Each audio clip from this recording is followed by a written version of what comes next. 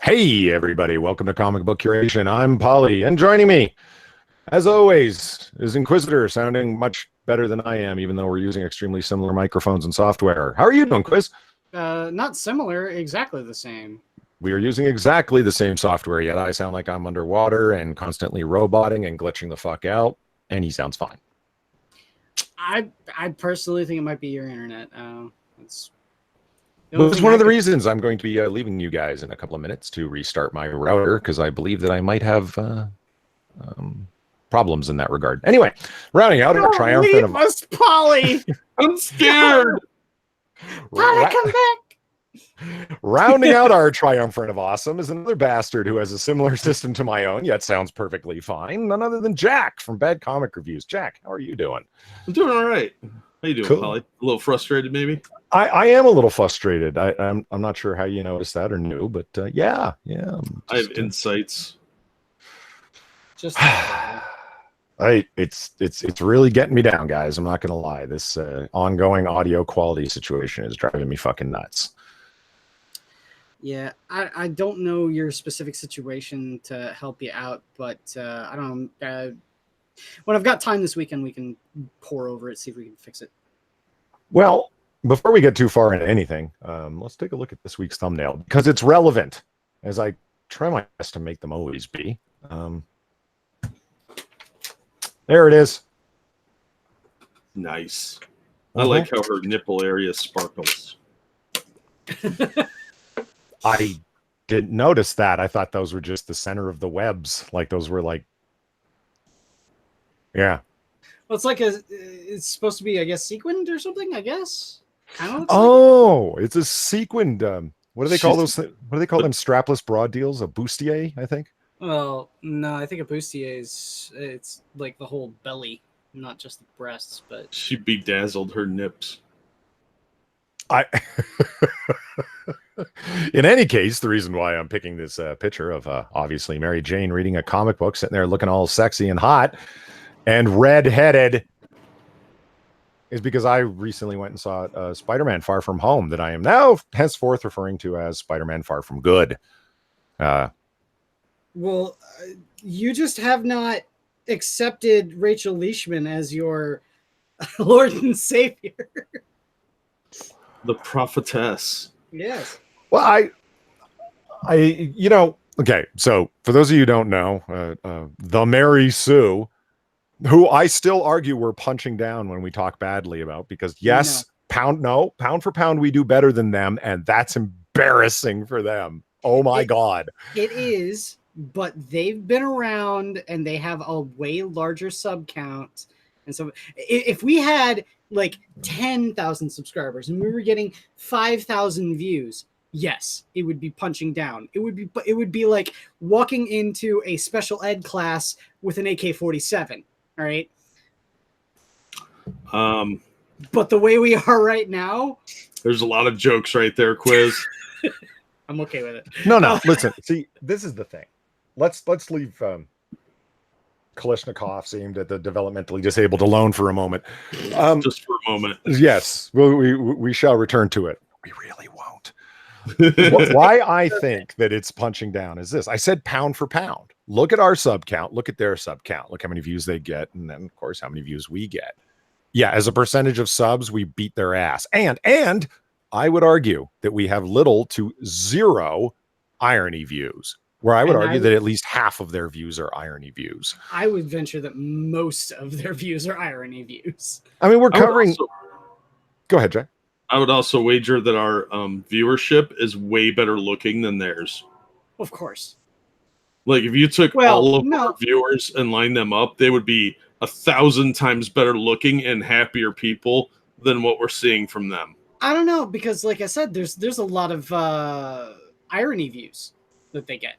Yeah, but I mean like the legit views. If you took the people that watched it for pure entertainment value or education or whatever and compared it to the people that do that for us, we're going to have a better looking audience. Yes. Probably a smarter audience too. You know what? I thought you were just like Just our audience is better looking. Well, they're more awesome, but we don't know how they look. And then it's like, well, wait a minute. We're talking about the Mary Sue's audience. Yep. It pretty much has to be the case that our audience is better looking than theirs. You know what I'm talking about? It's like when I want to feel skinny, I go to Walmart. You know, if I'm ever sad about my life, I just go to Walmart and wander the halls for a little while and be like, that's that would be a Ron White joke. Oh no, that's just an honest statement of what I do. Well, I was gonna say that's also a Ron White joke. I was unaware of that. I have no idea who Ron White is, thus don't care. All right. He is a stand-up comedian. Oh, I thought he was the guy from that stupid Feral movie I don't like, where he's the newscaster guy. Oh, Anchorman. Yeah. Yeah. Ron White is a stand-up comedian. His joke there is where he's talking about going to his health club, aka Walmart, because then you can just stand around looking at all of the people and you instantly feel better about yourself. Nice. Oh, Ryan Walters makes a good point too. Our audience probably smells better. Yeah. We don't. I mean, like I can't pee in sadness. I have no doubt looking at the view count numbers and the retention numbers, which are actually pretty high. And by the way, thank you for sticking around the majority of this stream, majority of the people. I appreciate that. Hell yeah. But you can tell that some people come watch. It's like, at worst, we don't have irony views. What we got is people showing up going, I don't want to listen to these three morons blabber on. And then they leave. And it's like, okay, cool, whatever. That's just means it's not to your taste. I don't think anybody goes, I hate these guys so bad. I want to watch them make idiots of themselves. Like, because that is what happens with the Mary Sue. Yeah. Shady just said he got out of the shower, and Ebony Williams said she smells amazing. And Assassin the Grey practices regular hygiene. See, there's our evidence. Hell yeah. I smell amazing. I love it. Our audience is better looking and better smelling. Damn it. That's right. What more could you really ask for? Well, seriously.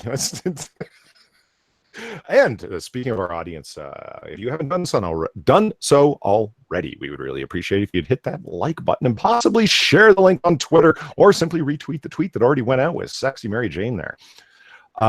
We will be getting back to Mary Jane in a little bit. I don't want to start talking about the things I didn't like about that movie right away, because it's going to put me in a bad mood, and I'm already in a bad mood because of this fucking microphone in front of my face is pissing me off. Let's talk about Jack trying to make Quiz and I feel bad. Why don't we start there? Okay. Quiz knows what I'm talking about. Yes, I do. Jack sent us this article, and I know what he was getting at. He thinks thinks he's subtle, but he's really not. Colorism is not just restricted to the black community. They have a lot of issues over there. So, well, it's funny actually. I was told a story once. I used to work with a whole bunch of guys from Laos, and they told me of a time where they went to Japan for a trip, and how like any white guy that would go walking around Japan would get the regular tourist treatment, but like they couldn't go to certain areas, like they wouldn't get served like if they go to some restaurants off the beaten path, so to speak. They went to a couple of them, and the servers were more than happy to come over to their table until they realized that they weren't speaking Japanese. Yep. That's real common. Like if you have tattoos, you're not going to be allowed in certain buildings in Japan. Yeah. And that sort of thing is true throughout Asia. The Chinese hate the Japanese hate China. Korea's sort of the bastard children that they go fight on their soil all the time. Like, they say, hey, let's have a fight. See you in Korea. Yeah. So, yeah, it's actually shockingly, it'll matter what your ethnicity is. If you're mixed race, you're sometimes looked down upon in certain areas, that sort of thing. So it doesn't surprise me that that's actually a big deal for them. Well, it would be for them, but it doesn't make a difference to us who are reading this on CNN. Well, this is also CNN. They probably got it from the Washington Post, which got it from some Asian website, and it just got translated over. Yeah, I don't know, man. It just seems dumb. Why even put that sentence there? Just omit it. That's just virtue signaling. Sorry, Polly, we got off on a weird little side track. No, I thought it was pretty pertinent because we read that sentence and it was a show halting, jarring thing that we had to go through here. So we went through it together.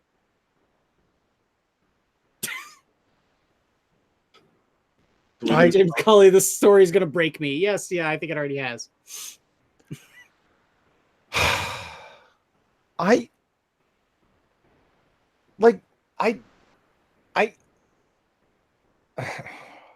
think the story broke Polly first. Not that story. It's like I'm looking at stuff like this and I'm just like, what the fucking friggin' fuck, man? Like, God fucking damn it. This doesn't even make no fucking sense.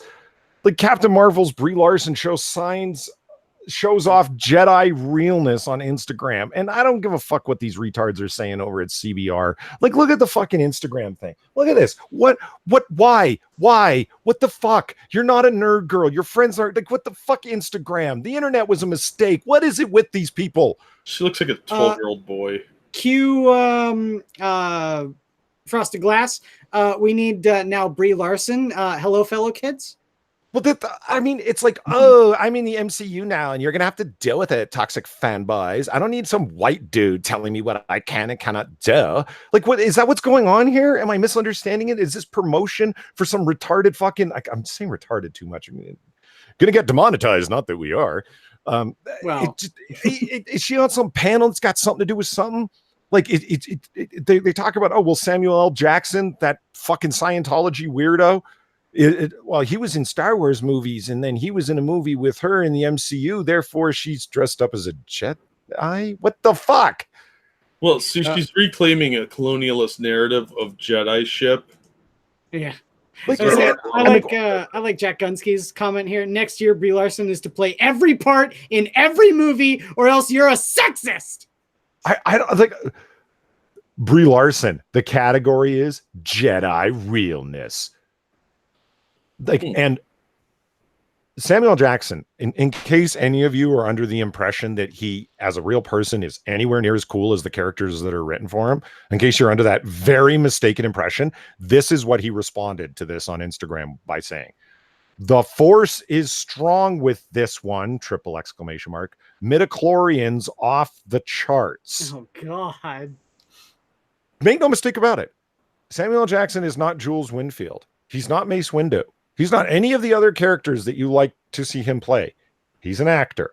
He's not really any of those people. In real life, he's a cringy weirdo Scientologist. And that's okay. Like, that he can play somebody well, but in real life is like a creepy jerk off. Like, that doesn't mean that you can't like his acting. But these people are creepy jerk offs in real life. Oh, yeah.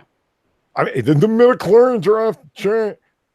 Like, BG says he's more of a boomer than you. Well, first of all, that's not possible. But I mean, this. I don't even have a coherent rant. It's so dumb. What the fuck is going on? It's so retarded, and she's dressed up in like New Hope original Star Wars gear. Like, this looks like the fucking the prison bay. Yeah. Where they rescued Princess Leia from when Han and Luke showed up in Star Wars armor, in Stormtrooper armor. Yeah, but she's dressed like Obi-Wan Kenobi or Qui-Gon Jinn from Phantom Menace. Right. But why? What the fuck is happening? I don't know. It looks like something you'd do at like Universal Studios or something. You know what it looks like? It looks like what happens when a corporate monster like fucking Disney takes over a beloved fan favorite and they own two pieces of the same thing. Like, oh, this bewildering twit being cast to play Captain Marvel. Let's put this bewildering twit dressed up in the IP, another IP that we own, because it's called cross marketing. Yeah. Well, I could think of one situation where you would have been fine with it. She was dressed like Jar Jar Binks. Yeah, she's a real life Jar Jar Binks. See, I think real life Gwen. That's funny. Yeah, she's all the things.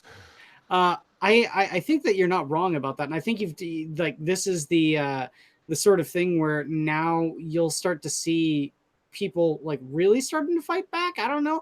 I maybe I'm being naive, but good Lord, if people don't start, clamoring back and telling Brie Larson she can get fucked, then I think you're going to start to see a whole lot of people coming around to my way of thinking and stop going to the movies. Well, okay, but there's the thing. Like you said, like clap back and push back against it. The pushback against these things only happens in one way.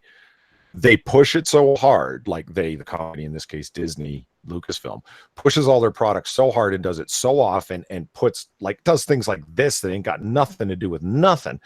Like out there, just because we own the property, why the fuck wouldn't we? We are masters of marketing. You know what I mean? And expect Brie Larson. I mean, let's not make a mistake. 1.2 million people like this, which is proof that at least 1.2 million people on Instagram are retarded. Yeah. At a minimum. Like, what's to like about this? What did you like about it? It doesn't even make sense. It's girl power and virtue signaling. That's all it is. It doesn't have to make sense. People are sheep, and they're loyalist sheep sometimes. There's not going to be any real pushback to this. Disney's not going to stop. They're going to keep churning out the same formulaic crap until they've beat it so far into the ground that they can't squeeze another penny out of it. Because even if their movies start losing money, they're still going to end up profiting off of it.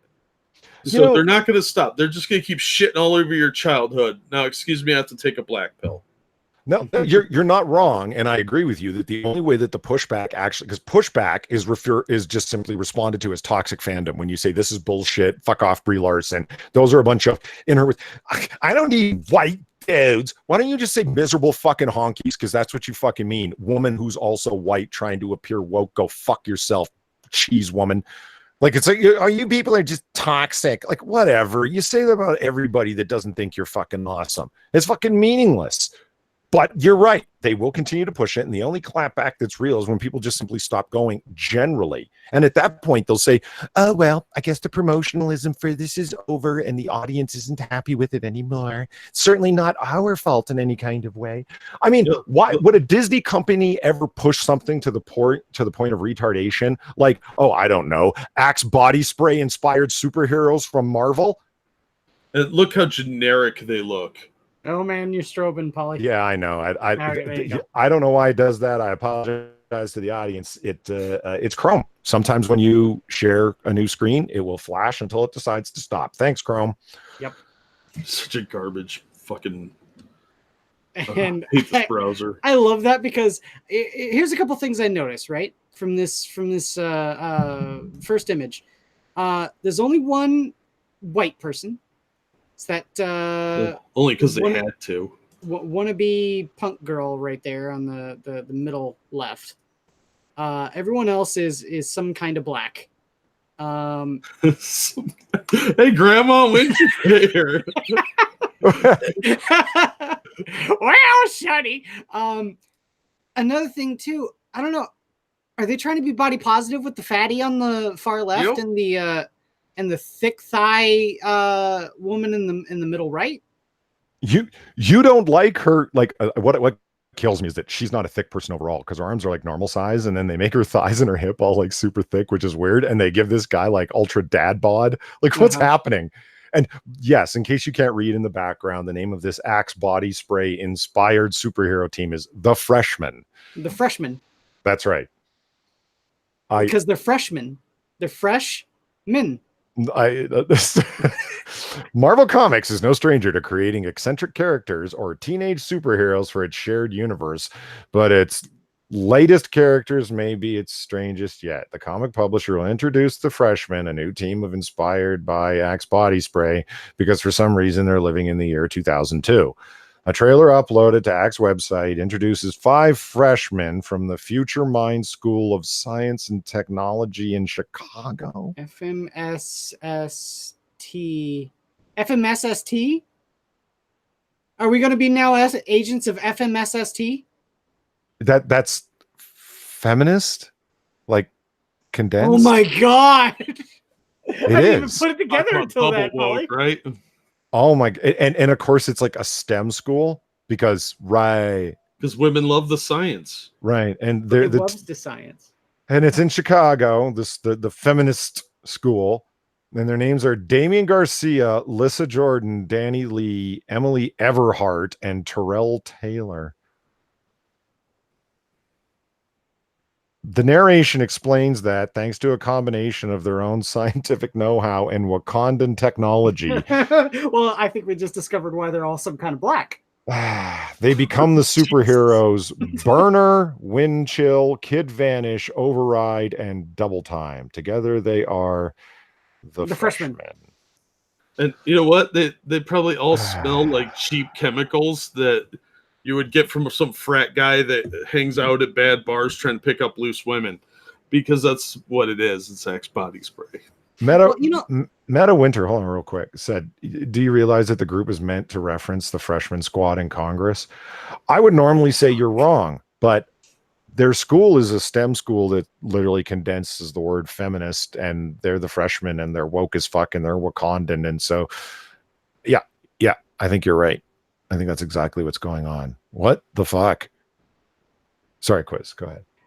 Oh, no, I'm just saying, like, this, I didn't really take too much of a look at it. I just looked at that and said, nope. But, like, Jack's got a point here, talking about how Axe is, like, usually the douchey spray.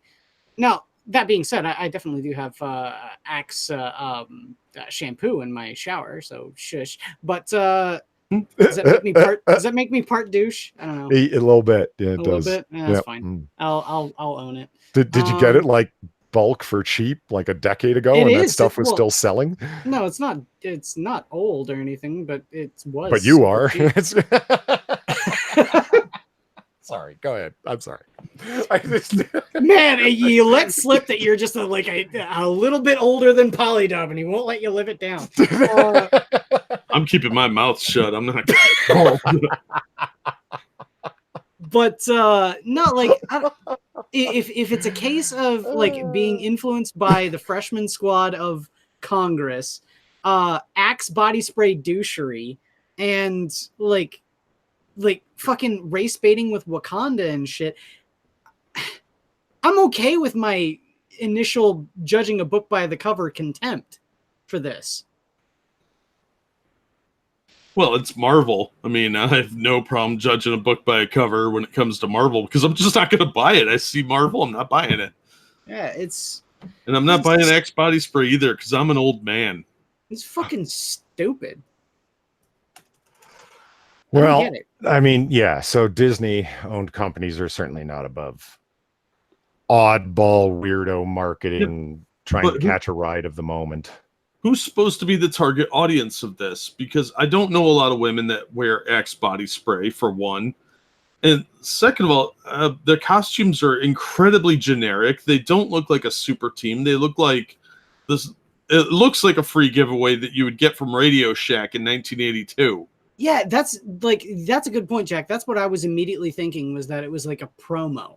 And if you scroll down, I did notice one thing, that if you buy like Axe something or other, you get a free like trial period thing for Marvel Now, which has their digital library, which allows you to download and read comic books and shit like that. So is this like the new see right there, 30-day free trial of Marvel Unlimited? So is this the new evolution of a promo comic book? I think this is a desperation move for them to sell comics. Like, I'm confused because I don't want to press play because we'll get copyright struck so fast it'll make your head spin. But so she's got her boobs out, but she has Wakandan crests covering her nipples. Is that what I'm seeing there? No, that's a gray costume with the blue. Oh, yeah, there is I thought the blue light was making her skin that color. This is all because if you go back, if you go back to the promo picture, that's a gray outfit. Right. Brian makes a good point. They look like they walked off the set of American Gladiators. And Johnny Hellcat, it's one of those Christian motivated improv groups that tortures us in high school. Well, I mean, it's like, so they got some little promotional thing going on. What I see here from my cynical black pill vantage point is Axe, which is like an old brand that's kind of had its day, is sort of remarketing itself as a woke company because that's what the corporate morons that hire advertising agencies are being told is, hey, that's the hip thing with the millennials. They're totally into woke shit. Like, that's my best guess is this is an attempt to revive Axe as I think this is a beneficial thing for both companies because Marvel giving you a free 30 days to try and hook you into their comics.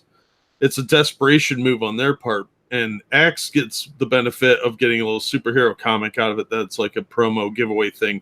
They're both trying to lure each other's audience in. Really, what they should have done is had a commercial with a big fat nerd reading a comic book, being handed a body of Axe or a thing of Axe spray, and he goes, "Oh!" and the Cheetos bubble out of his mouth, and then he sprays himself, and he turns into a physical Adonis, and women come up and swarm him, and then the women are reading comic books too. That would have been a better marketing strategy than this trash. I'm telling you, this is something they worked out between themselves where they both benefit for it so they could try and get new readers and new customers for the Axe spray. Browncoat Boaz brings up a good point. Someone get a hold of EVS. We need to put a crusty old sailor slathered in Old Spice and covered in shark guts to balance out this fresh hell. Yeah, 100%, man. We need to see Old Spice meme the shit out of this. Yeah. That would be hilarious. And as a user of Old Spice, the smell of daddy issues, because, oh man, any chick that's got daddy issues, almost guaranteed he wore Old Spice. Oh, cool, because I have Axe shampoo and Old Spice deodorant. Yeah, dude. More often than not, you remind me of my dad. All right. Anyway, this deserves to be memed and mocked because it's stupid. And it just smacks of desperation all around. Yeah. Let's hold on while this loads. Examine the downfall of all the things that we love. Why not? Fuck it. Of course. Yeah. Right. Oh, I mean, I can make that picture bigger. They're observers of the apocalypse. All right. Here's the promotional poster for. It's flashing in the background. It's flashing. Thanks, Chrome. Flash away. See if you can trigger epileptic seizures in our audience. Why is it doing that? I don't know.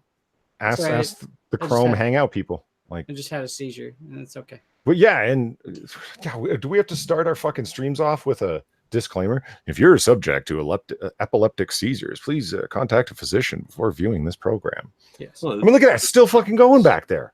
Just ignore it.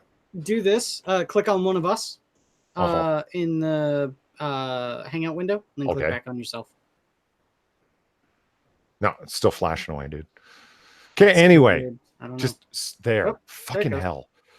Anyway, this is the promotional poster for Star Trek Picard. And there he is by his family's vineyard in, give me a second, Lebois, France. That's right. I've got my cred. Mm-hmm. As you can see, he's got his little pit bull with him. So people are speculating as to whether or not Picard is going to have a pit bull in this. Do you notice the Starfleet Delta hanging from his dog collar? That's cool. Yeah, that's adorable. Fucking Now, what I find funny about this is that Patrick Stewart has a British pit bull in real life. Is this show just Sir Patrick Stewart doing some stuff that he wants to do and keeping himself busy with a show? This show's gonna suck. Everyone knows it. The entire creative team. Sorry, Chaos doesn't want to hear this yell tonight. The entire creative team behind Star Trek Discovery, including the producers, writers, and showrunners of Star Trek Discovery, are moving over to Star Trek Picard, which completely bodes well for how good this series is going to be. You know what I mean? Well, yeah. What's it going to be about if he's not the captain of a starship? It could. You know what? I am positive that if Jack and myself and you, Quiz, I know you're not a big fan of Star Trek, tried hashing out a story idea right now about Picard out of Starfleet, what can we do with it in the Star Trek universe that isn't totally fucking cannon up the ass without lube? We could come up with some great ideas. We've done it before. Yeah. General directions to go that within this general premise, there's all sorts of story ideas to write. We've done it before. We did it with Voyager. We did it with Ghost Spider. The list goes on. But the ideas that these people have is that it's like Picard is on a cargo ship and he's got a crew of 4 people and they're all diverse AF because, of course, and they got an angry white male running their ship. So, of course, everyone else has to be diverse as hell because that's so patriarchal. And I bet he's a fan of the 1940s Germans and probably a Trump supporter. Oh, my God. I actually, you know what? Like, it's Star Trek Discovery did it to my expectations so badly. And the fact that it got renewed for a 3rd season did it to me so badly. And the descriptions of what they're doing with the 3rd season as well did it to me so badly. That they're like, we're tired of hearing people complain about us with canon and we don't have access to everything because of our stupid lawyer-ridden deal where we have to have at least a minimum percentage of difference from the previous iterations of Star Trek. Contractually, they have to, because that was one of the deals that came out of the split between CBS and Paramount. And so because they're apparently dramatically uncreative people who ironically are put in the position of writing this show, the show sucks. And they were tired of hearing about the canon stuff and being hamstrung by it. So in the 3rd season, they're blasting forward to the 27th century through time travel. Yeah, but they aren't hamstrung by canon. It gives them rich story ideas to draw from because they can always do sequels. They just didn't want to do any of it to where they had to pay for licensing. I mean, there's the thing. People look at canon, writers look at canon all wrong. It's not a straitjacket that constrains you. It's a rich shared universe to inform your storytelling. Yeah, you're completely looking at it the wrong way. Star Trek is based entirely on the loyalty of the audience. If you lose that, the show is worthless financially. That's how it got canceled the first time. They put it in weird time slots. People didn't really get the concept right away. And it got more following later in syndication. I'm sorry. These people have no concept of what they have and what they could do with it if they would invest the time and effort into it. This poster in and of itself should inspire a hell of a lot of excitement in me because it's like, oh, Picard, he's back on his family's vineyard. He looks kind of, I don't know, lost, confused. Like he doesn't really know where he wants to be. He's there with his dog, but this is Captain Picard, a professional, a practiced diplomat, a starship commander. He's used to having people as command. What the hell is he going to do in retirement? All sorts of interesting questions come to mind, but all of the answers based upon what CBS Paramount has done with CBS All Access, their streaming service, and Star Trek Discovery is they're going to fuck it in the ass with no lube, and it's going to be awful. Yeah, apparently, from what I read online, this is going to be some sort of attempt to effectively destroy the TNG universe and merge it with this Star Trek Discovery nonsense continuity, right, so that they can bring it all under one, like all under Paramount or whatever, CBS, I guess this is. So they don't have to pay licensing fees ever again. Yeah. I mean, that kind of sounds like what Marvel does with the X-Men. So I'm not shocked that sort of thing happens. Yeah. Well, let's not everybody's the world's biggest Star Trek fan, although I am. But we'll move on to something else a little different that we actually have covered before. The Terminator Dark Fate itself. If you haven't already, Jack Quiz and I did a commentary. We had some fun watching the trailer and making our comments about it. You can find it on this channel under the reviews playlist. That's right, I created playlists. And if you just arrived, by all means, please press like. And if you haven't already, subscribe and feel free to share us on Twitter. We would greatly appreciate it. Terminator Dark Fate director Tim Miller on Mackenzie Davis's character. Quote, "We did not trade certain gender traits for others." I'm not sure what that means. Yeah, well, is she non-binary? Let's find out. I don't. Terminator Dark Fate director Tim Miller declared that the film will not trade. Oh, I forgot. You're never supposed to read the first sentence of this stuff. Yeah. Okay. He also noted her character will, quote, "scare the fuck out of closeted misogynists." Who's scared by her? And maybe it's people that are like, I want to know for sure what I'm getting into. Is this a dude or is this a chick? Is this Pat? I don't know. Okay. What does that mean? Does he mean that the non-binary Terminator here is going to scare the fuck out of a misogynist that's a closet misogynist? The writer's saying that, not the director. Okay. She's saying that. Yes, the characters. It's no, not the character. The writer. The writer is Mackenzie Davis. That's a woman. Okay. Well, regardless. Okay, I'm lost on the concept. Okay, does she mean that the character will inspire fear in closeted misogynists because they think that the character is real, or is that it's going to inspire fear because?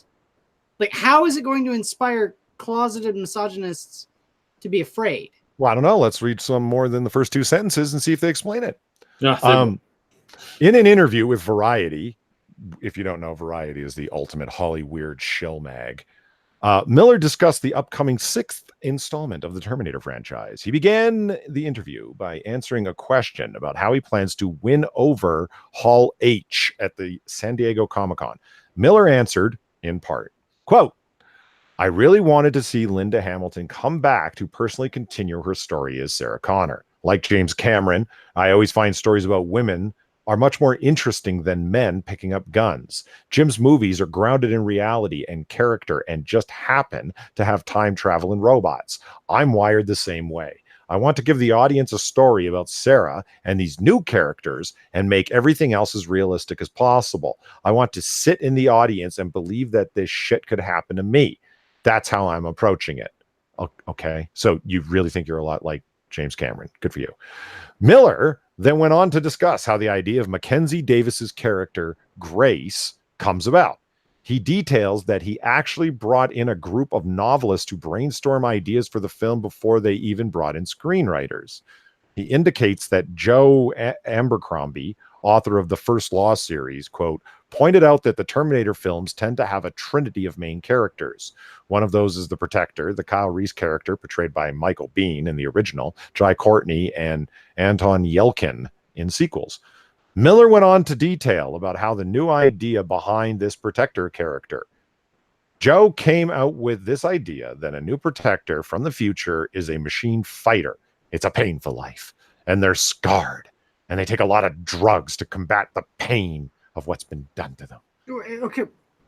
Does that mean that she's a cyborg, or does that mean that she's a machine? If she's a machine, what the fuck drugs is she taking that's going to affect the machine? I would seem that she's a cyborg from what we saw in the trailer, because they're talking about taking drugs, and drugs really won't affect a machine very much, but she clearly has machine parts. They're synthetic oil pills. Yeah. They don't live a long time. It's a very sacrificial role. They risk death to save others. And from that very, very first suggestion, it was always a woman. Tim Miller with it. What? Okay, who would ever make something so inefficient? A woman. Not the machines. Well, it's not the machines. The machines wouldn't do that.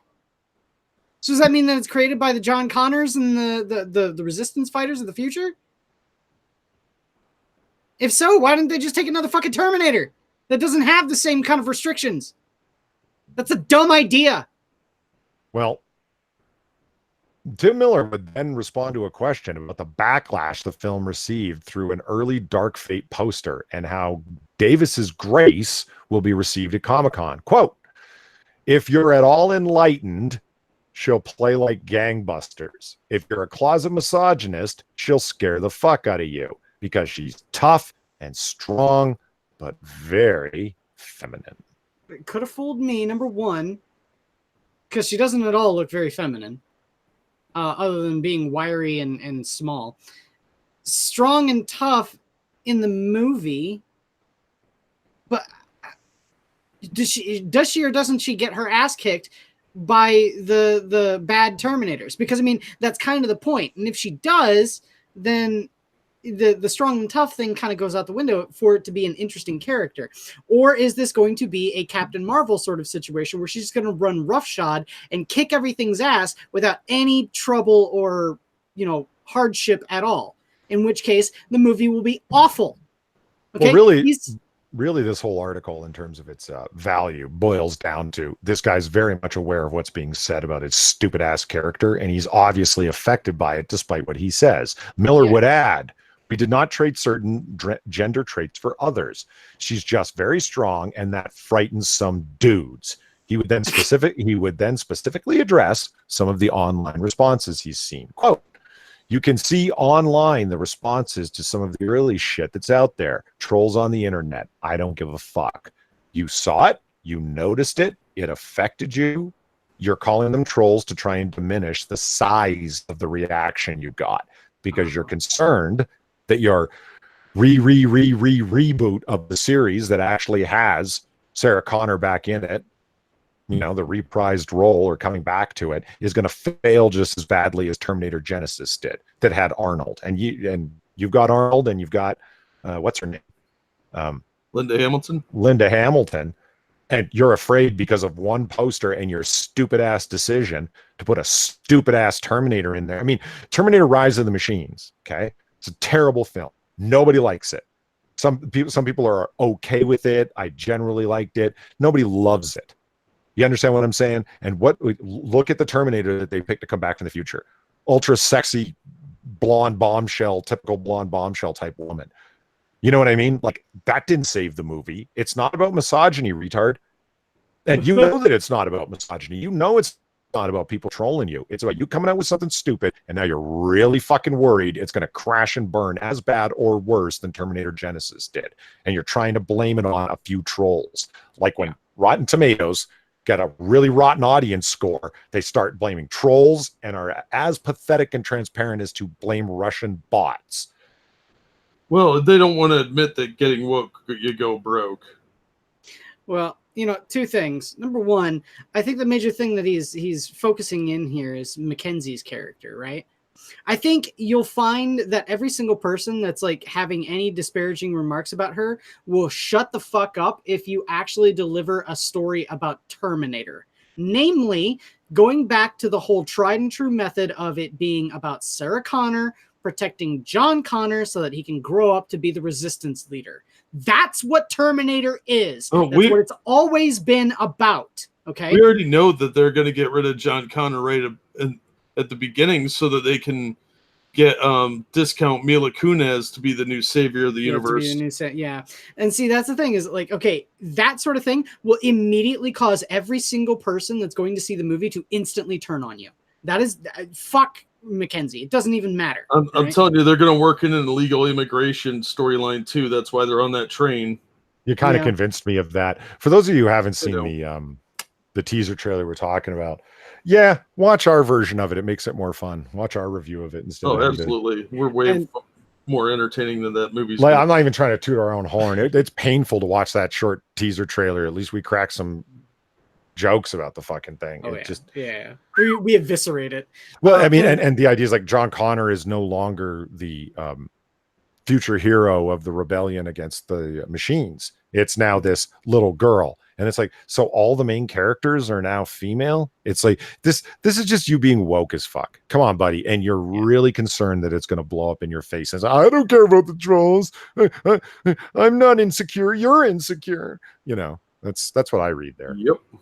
I completely agree. Also, Frosted Glass thought it pertinent to point out, reminder, this is the director / star of the Emoji Movie. Ooh. Low blow, Frosted. Low blow. Is that true? It says a lot, though. Frosted was nice enough to give us the Brie Larson as Hello Fellow Kids on Twitter. So I can't screen share or I would show you. Well, because Chrome sucks. Yeah. He just keeps adding to it.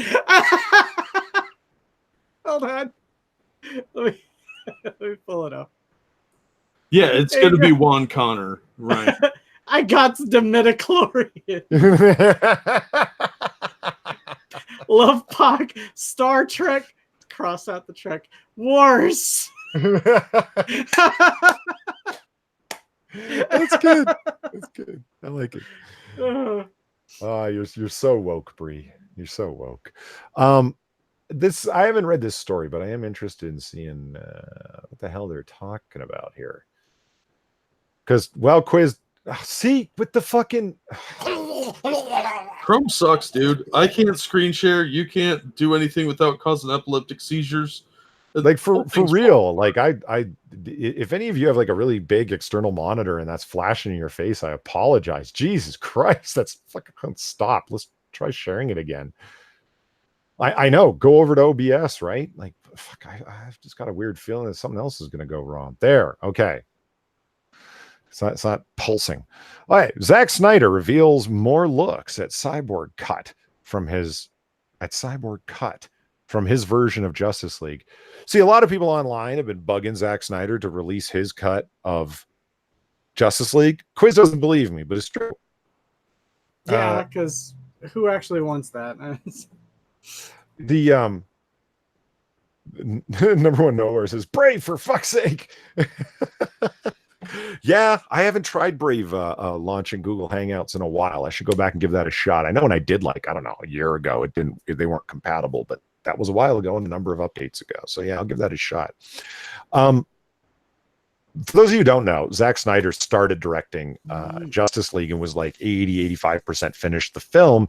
And then for family reasons that actually sounded legit, he stepped down from finishing the film, and Joss Whedon stepped up, and then he subsequently reshot some 70 to 80% of the film that had already been shot.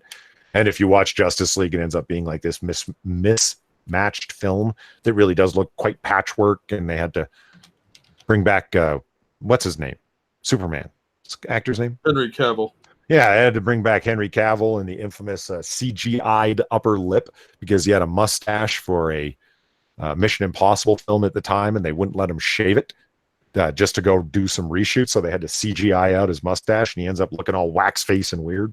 Anyway, so horribly done. When this article, when I read it, I'm like, so you were just there was a lot cut from it, and people are like, Zack Snyder, why don't you release a shortened, abridged cut of what you thought Justice League should have looked like by your vision? Zack Snyder doesn't seem to run out of material to share. His latest post to Vero. You guys know what the hell Vero is? Never heard of it. Hopefully it's a competitor for YouTube, because fuck you, YouTube. His latest post to Vero gives a new, never before seen glimpse of Ray Fisher as Cyborg. I thought he looked really cool as Cyborg, personally. The wide angle still shows Victor shows Victor Stone at his family's plot where his mother is buried, pounding on the earth. That doesn't sound like a Zack Snyder moment at all, does it? Oh, fuck. His father was disintegrated, and by the time he would have tried to bring back his mother, too much decomposition would have occurred. Remember, Clark doesn't decompose like the rest of us. Huh. All right, anyway. Well, he doesn't decompose because Clark wasn't dead. Well, he wasn't even dead in the comic. He wasn't supposed to be dead in the film? What was he, just resting? No, okay.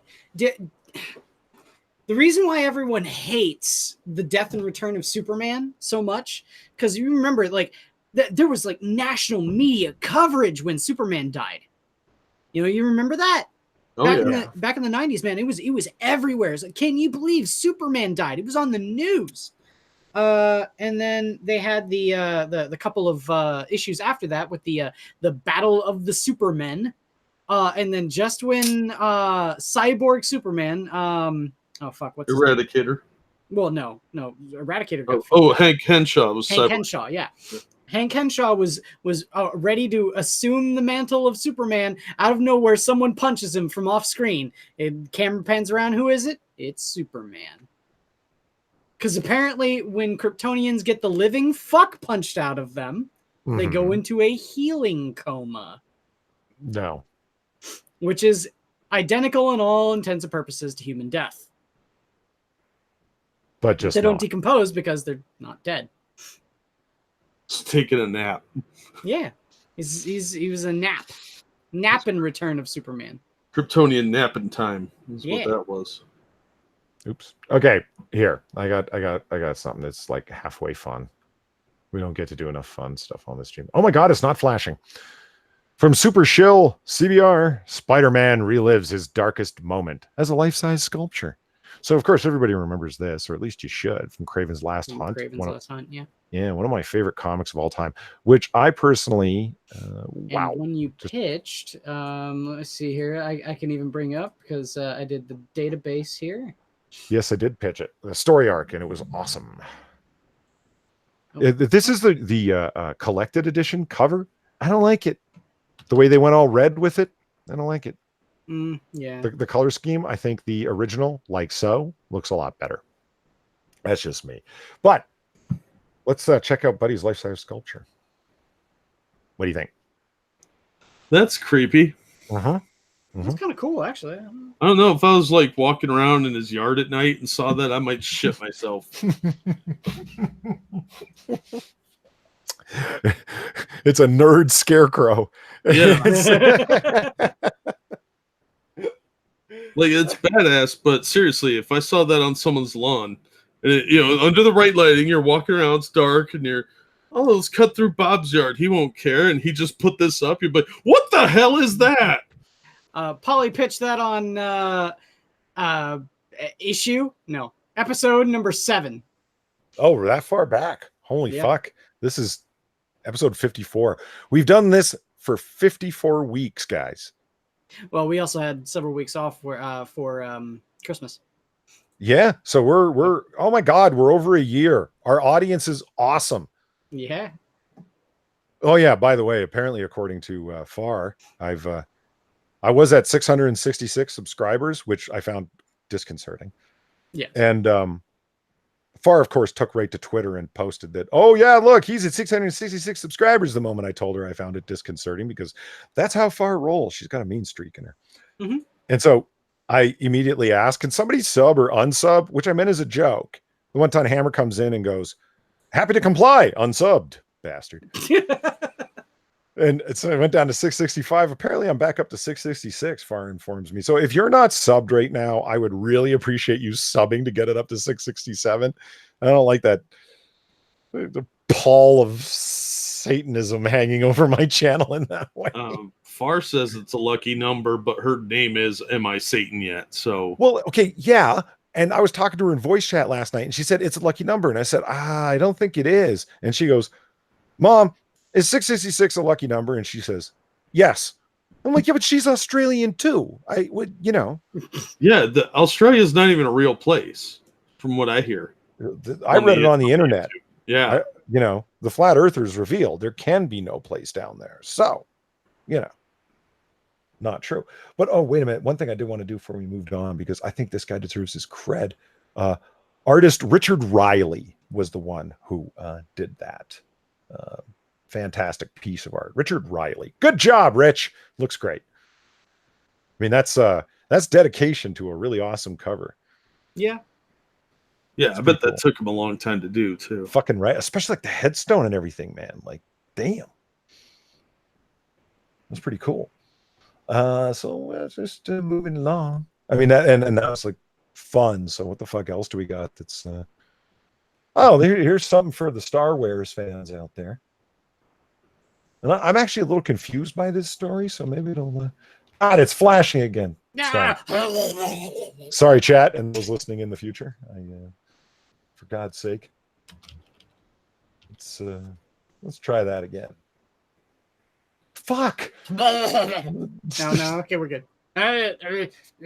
Well, we'll see if it stops flashing there. Stop it. There. Okay. Aha. Maybe that's it. I just got to scroll up and down real fast. Star Wars reveals the first look at the Sith Trooper for the Rise of Skywalker. A Sith Trooper. That in and of itself could be interesting, but then again, Disney. So probably not. Star Wars revealed the first look at a Sith Trooper that will appear in the upcoming film Star Wars, The Rise of Skywalker. The Star Wars show described the Sith Trooper as, quote, the next evolution of the Imperial First Order soldiers, and bears a more modern and menacing look, worthy of its namesake. Along with the reveal of the new Trooper, they announced the character will be featured on a number of collectible items, from a Funko Pop to baseball caps and a Hot Toys figurine. You know, they recently came out with Funko Pops for Warhammer. I sincerely hope they don't gain traction. What am I supposed to gather from this? That pansexual Lando Calrissian is going to try and fuck this Sith Trooper? Yeah, especially if it's a robot.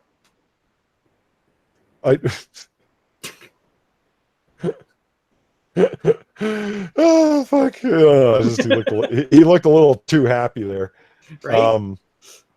Oh, this should be fun for a read. Okay, don't flash. Ah, nice. Saved every one of us. Retailer complains about Marvel's Young Gun sketchbook. Quote, every artist is cisgender and male. Oh, fuck's sake. Guys, honestly, we would cover, chat, I'm not kidding you, we would cover interesting new stuff that's going on if there wasn't this much stuff, but they keep serving it up. Like, this is the destruction of the proud tradition of American superhero comics, and this is what it's coming to. I mean, anyway. Why does it look like skip Marvel the first sentence? Swinging Daredevil there like a fucking, like she's gonna throw him or something. She's fighting the patriarchy. Thank you. Yeah, no kidding. So Javier Gordon, she's throwing a blind man. Marco Cicchetto and Russell Dauterman are the artists, and apparently they committed the unforgivable sin of being cis and male. A retailer took to the Marvel's secret retailer group on Facebook to provide, quote, feedback to Marvel Comics that their Young Guns Next Generation of Elite Artists free insert is not working for their store. My source leaked to us a message posted to the group that indicated the free insert was not working because, quote, every single artist is cisgender and male. Oh yeah, I'm sure all of your consumers were complaining about that. This isn't a personal axe you're grinding or anything. The retailer, Jill Tippin, the CEO and founder of Outsider Comics and Geek Boutique in Seattle, goes on to state that, quote, by saying these Young Guns folks are the next generation of elite artists, it dispels and squashes the hope and determination of femme and queer artists ever joining an elite squad of artists at Marvel. Taplin continues, it reads closed off, final, and not inclusive. Taplin then notes that they have stopped handing out the free insert and tells Marvel Comics to please do better. Even if you don't have femme and queer artists in your highest tier of artists, please understand that femme and queer people are also your customers, and leaflets like this make them feel excluded and turns them off from Marvel. Oh my God, I think we just found an amazing repository of awesomeness, Polly. I just looked up their website. Oh, the boutiques. Outsider Comics and Geek Boutique? Yep. Really? Oh yes. Yeah. Would you like to see their store logo? No, but let's look anyway. Well, you just took the wind out of my sails, dude. What the fuck? I want to see it. It'll be exciting. Here we go. This is their website, but you see this little thing over here in the corner? Let's just this right here.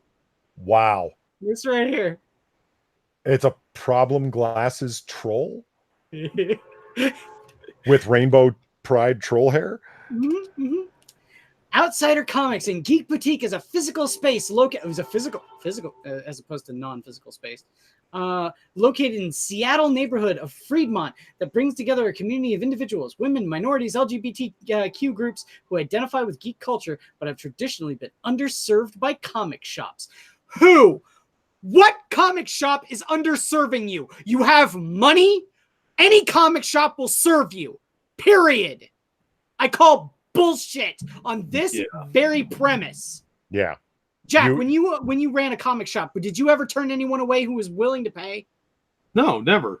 And we had plenty of people that came in because I was in a university town. We had plenty of people that would come in dresses or stormtrooper costumes or all sorts of goofy shit. I had a guy that thought he was a vampire and he smelled like pee. He still had cash. And you happily gave him his comic books and he left the store, right? Yeah, I didn't give a fuck. Bullshit. Anyway, we are inclusive. We are a modern, pleasant, and safe space for all ages and genders with events that are inclusive and fun for our customers to attend. We will continuously innovate on our on products and event content to bring new customers into the store and keep existing customers coming back. Doubt. You're fucking you're fucking like snide remarks and condemnation of people who are cis and hetero and male means that this whole statement is bullshit. Every fucking word of it. Anyway, we are helpful. No, you're not. We show our customers how to select comic series using short conversations, local partnerships, comic subscriptions, recommendation boards, and an innovative approach that breaks down the barriers to entry by bundling comics by a theme, creator, or with an informed, shop-written narrative. Ew. I don't want you deciding anything for me here on... We curate. No, you don't. We curate. Thank you very much. We're comic book curation, bitch. We're the curators. Back the fuck off. Right? We focus on quality and curate art, clothing, jewelry, accessories, and cosplay material supplies. In addition to our comic and graphic novel offerings, we purchase and support local creators whenever we can. We are oh my geeks god, with a conscience. I have to cut you off here, Quiz. 666 subs. There were 66 people watching, and when I typed that out into chat, we were at the 66-minute mark of the stream. I guess today's just a very 6-y day. And speaking of, the next 6 minutes, and the next 6 minutes is in chat. Yeah. Satan is coming for us, guys. That's what I'm left to. It's not coming for us. It's coming for you. What? You might want to lock your doors and buy some salt to throw in a protection. Jesus Christ! What the fuck is going on, man? This like before it was a little joke. Now it's just getting weird. I mean, just yeah. Far says 666 is lucky. Let's roll with that. I need to go buy a lotto ticket because this is the luckiest day of the fucking year for me. Yeah, right? Don't sign any contracts for a few days, huh, Polly? Yeah. Yeah, Mr. Dax says this is what happens when you punch nuns. I may or may not said that I was angry enough to punch a nun last night. Big deal. Fuck. Oh man, and right here, Demon Girl Gang. All circling around. Yeah. We are geeks with a conscience. Yeah, and we have somebody named Satanic Cultist in chat. I mean, what the fuck? It just keeps going. You know, must be a friend of ours. Like that kind of catering. Like I can't imagine it like a comic book shop and you know, trading cards and games and whatever the fuck else, right? That appeals specifically to women. Why would you do that? Like, why wouldn't you try and appeal to as many people as possible in a niche market? That's really weird to me that somebody would push ideology as business. We used to see this at the retailer conferences.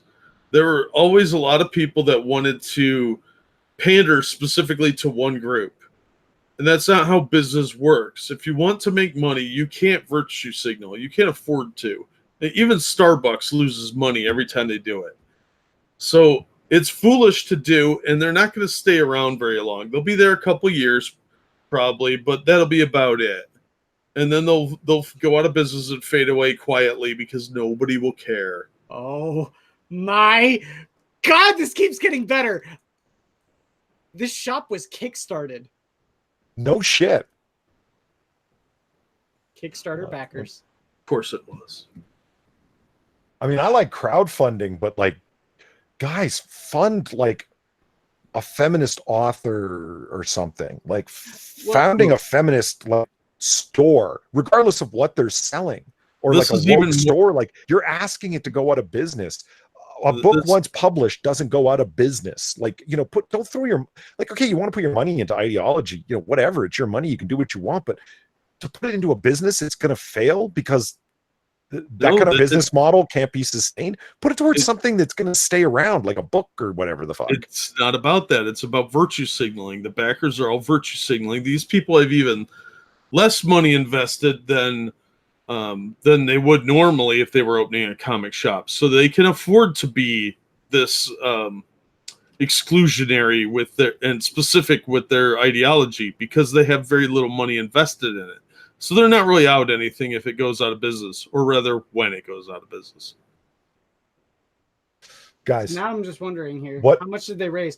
They raised, get this, drum roll please, $8,641. What? You mean that lesbian dance theory degree didn't result in a 6-figure job? Well, that's really last month's rent for a shop plus first couple of months of comics. That's really all you need. I mean, you could start a shop with less than that. I started my store with way less than that.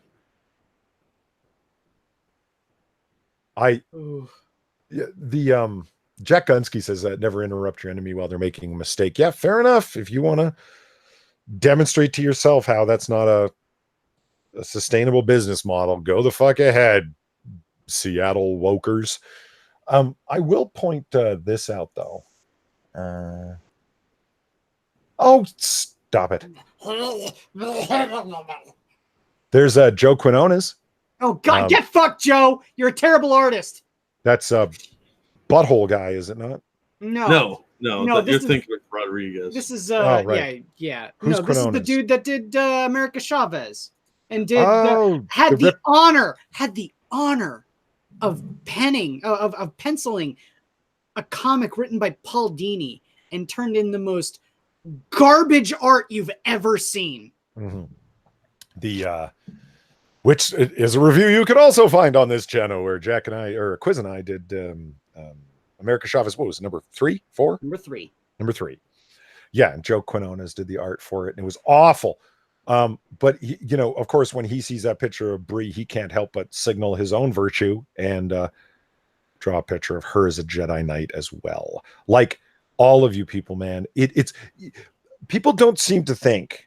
Or people seem to think that we're talking some like conspiracy theory troll bullshit when we say the people that are running comics that are the loudest and are able to shout other people down by claiming that they're ists and phobes and so forth, that they don't actually run the industry. There isn't actually gatekeeping.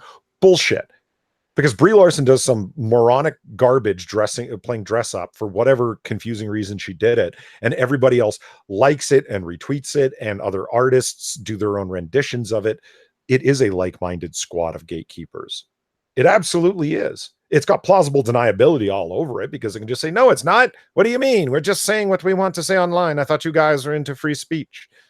But, it's not an accident that all the people with the most powerful megaphones are all the ones doing this. You know what I'm talking about here? Yes. Yep. All right, I will be back in a hot second. Quiz, you're in charge. You know how to run a stream, sort of. Okay. Well, you run a more organized stream than I do on Mondays on the Minions. I'll be right back. Well, okay, I'll do something really kind of cool that I saw here recently. This is the Battle Sister Bulletin. Came up from the Warhammer community site. Here's some new Battle Sister models. And they look awesome. Check it out. This one with a Storm Bolter. This one with a Flamer. And check out the fucking basing that they did on that. That's fucking cool. This one's Sister Superior with a chainsword and a bolt gun. Got the Simulacrum Imperialis. And then this is one of them that's been fully cut out and painted. Oh my God, I can't wait. I want one. The hype is real. It's about time they had some women in there. I know, right? It's so patriarchal.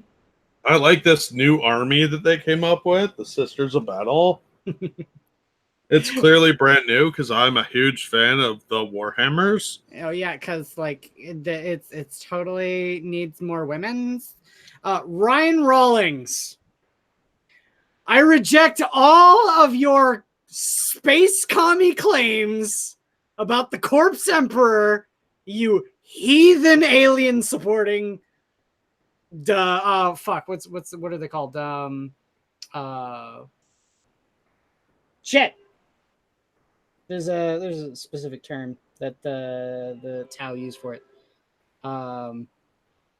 Guevesa. Yeah, that's it. That sounds French and stupid. Well, it's Tau. It's just as stupid. Yeah, that's French. On the Streamlabs, thank you, Evolved Potato. Just got out of uni. What'd I miss? Well, you missed us complaining a lot. And well, I mean, I can keep on going down the Geek Boutique and see how much more woke we can get. We are not getting Greek on this stream. Geek Boutique, not Greek. Yeah. Oh, the Greek Geek Boutique. Yeah. Yeah, we discussed a disturbing store called the Geek Boutique, and we haven't talked about Jason Momoa yet. No, we haven't. Oh man, when you go into your comic shop, you're going there to buy dresses too. Yeah. Well, yeah, I mean that's just a given. I mean, it's one-stop shopping at the comic store, right? Yeah. Are those like hemp fabrics and stuff? I can almost guarantee you, probably, yeah. This seems like a place that reeks of patchouli oil. Just saying. Yeah, and I guarantee you there's a sign somewhere that says fair trade. Yeah, okay, good point. I'm not getting level off of my mic. Can you guys hear me fine? Yeah, you sound fine. Okay, all right. That's Chrome not showing levels to me. Fuck you, Chrome. Chrome is garbage. We all know. Yeah, let's cover this issue real quick because people like to bust my balls, and that's fine. It's fine. Let's there we go. Jason Mimosa. This is from the Mary Sue, and their title is "Don't Shame Jason Mimosa, You Heathens." Yes. First of all, I don't think he looked out of shape, but I don't think so either. I was thinking if they ever do a Flash Gordon movie, he should play the Hawkman role. Remember the one that was played by Brian Blessed in the 1980s movie? No, I'm not old. I don't remember. Oh my God. I'm gonna go sob in the corner for a minute. Excuse me. I was kidding. Okay. So, the subheadline of this story is "Enough with your obsession with calling bodies dad bods. You're still commenting on someone's weight."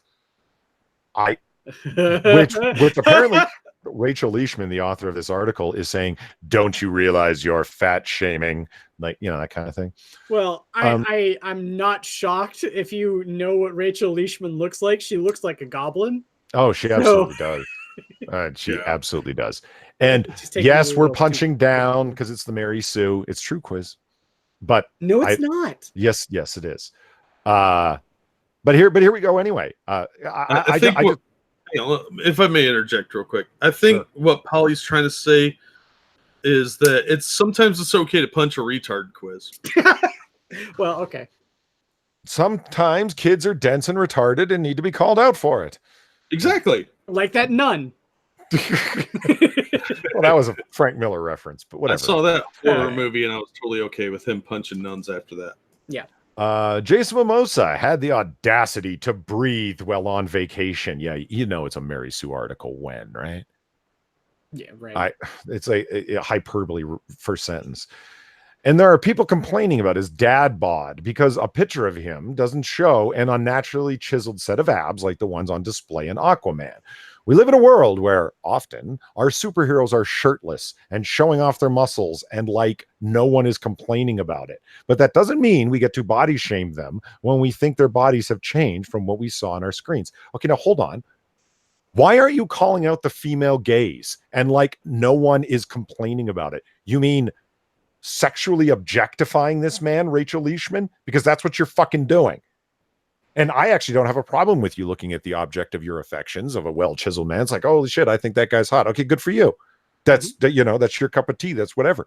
But how many hours dozens and hundreds of hours have you spent filling the internet with crap about the male gaze and how women shouldn't be objectified, but then dancing right over the fact that you're doing it yourself and seem to be extremely permissive of other women doing it as well? You horrible, horrible hypocrite.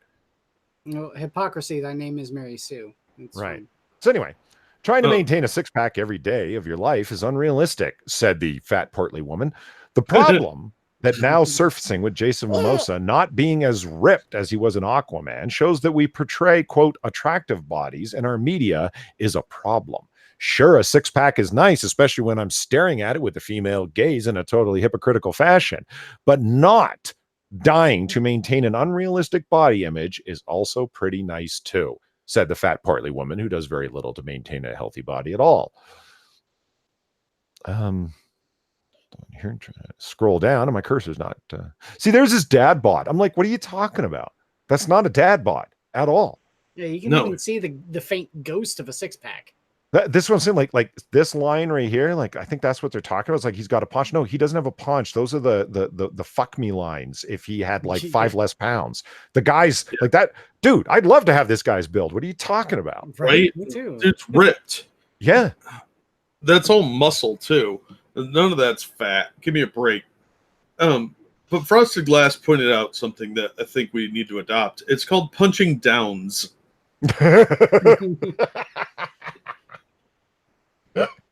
And so for the Mary Sue, I'm fine with punching downs.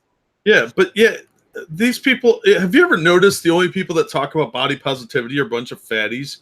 Yeah. I mean, I'm overweight. You don't hear me talking about it because I don't give a fuck. Well, first of all, I'm a man. I just need to get rich. Yeah, right.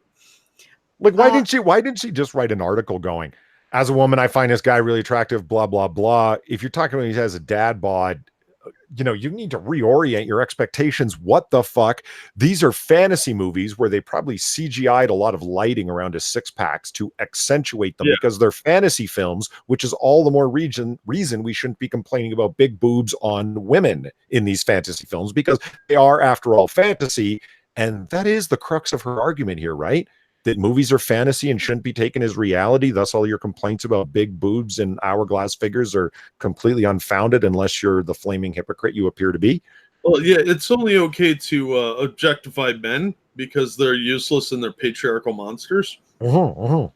So, yeah, I think it's just this lady is, she likes him, so she doesn't like people picking on him. And I don't know. This is just so much hypocrisy and bullshit. These people are nuts. And this is what I'm saying. Like, why not just write that? Like the Mary Sue is not like, you know, they call it the nexus of pop culture or something like that. It's a blog, ladies. You're writing a motherfucking blog because it's so opinionated and doesn't have anything to do with stories. It's all personal perspective. Yeah, that's a personal blog. That's what you've got here. And that's fine. Quit trying to come off like a news source. You're a feminist blog. Leave it at that. And in which case, why not just a little honesty? Like you said, Jack. Hey, I really like this guy. I think he's hot. I mean, I don't know him or anything, but he's a very attractive man. And y'all need to fuck off and leave him alone. It'd be like, right. Okay, gotcha. Like, you might not agree with them, but at least to be clear, what are you getting into these? It's still shaming and it's wrong and it's blah, blah, blah, blah, blah. Like when people talk about Laura Harrier and say she ain't got no butt. And I'm like, no. She's got a ballerina's body. She's willowy. It's different. You know, you don't hear me having to justify my opinion with a bunch of academic claptrap that don't make no sense. Well, let's unpack that, Polly. Well, it's one of those things where they're so indoctrinated into the religion of social justice that they have to throw all these qualifiers and disclaimers to mask the fact that they like someone in a heteronormative way. I think that's actually part of the problem, is they can't just come out and say, I find him attractive, stop and leave him alone. No, they have to couch it in this pseudo-religious way of talking so that they can mask their true intentions and milk 2 or 3 pages of nonsensical diatribes out of it. And it's mostly because they're sad, unattractive people that wish they were smarter and more liked. There's a lot of fun to be had in here because I just kind of like perused ahead. So I'll nail off the rest of this article real quick. I especially love this sentence. I will fully admit to looking at a man and appreciating his abs. What? You female gazer? What? Now, of course, I actually don't have a problem with you looking like a piece of meat. Yeah, so I don't have a problem with you looking at a man and appreciating his abs. If that's what you like, that's fine. It's called the object of your affections. It's fine. Ladies, let this thing go that men gazing at women, like, yeah, you can do it in creepy and leery ways. Yeah, of course, but the very thing of looking at a woman is not wrong, except when you look at it through your feminist lens and then hypocritically say, I fully admit to looking at a man and appreciating his abs. I'm a human being after all. Yeah, you are. So why don't you afford that same level of understanding to the other half of the globe? Yeah. Because they're everyone else. Yeah. They're monsters. In any case, but after all, there's a difference between that and acting like anything less than perfection is to be shamed. Also, I don't like this dad bod thing, mainly because women aren't afforded the courtesy of such a term of endearment for bodies deemed imperfect. Yeah, they are. Mom jeans, soccer mom, there's lots of them. What are you talking about? Well, it's been studied that women do tend to prefer guys that have somewhat of a dad bod because it shows a certain amount of stability. So I think that's what she's upset about is biological imperatives. Oh, get this one, Jack. You'll get a kick out of this particularly. No, I won't. I'm just going to get mad. If we're not tall and thin, we're apparently nothing in the eyes of cultural beauty standards. Okay, said the short, portly girl. Short girls are, quote unquote, short girls are hot as fuck. What are you even talking about, Rachel Leishman? Who have you been listening to? Yeah, it's not the first part of that I have a problem with. I just like really thin women. Tall or short doesn't really matter. And do you don't think that thin girls feel get made fun of for being gangly and any other goddamn thing? And go ask any fucking woman who made them feel that way. Other women. Yeah, how's that Eugenia Cooney chick feeling? Right. Well, I say you can't really say that about Eugenia Cooney because the person that really dogpiled on her was Onision. Oh wait, no, that is still a woman. Never mind. Yeah. But Rachel's just upset that she has to go through doorways sideways because she's so orbulent and corpulent that small things orbit her. Orbulent. Well, it's a mixture of orb and corpulent. Yeah. No, I like it. I like it. Thank you. But yeah, she has to Vaseline up the archway to the kitchen so she can slide her way through to the fridge. It's not my fault that she has no ability to exercise self-control and do sit-ups or go to the gym or try and do something to lose some weight. It's just a sad state of affairs for her that she feels the need to complain that she is not attractive. That is not society's fault. That is your fault. Sorry.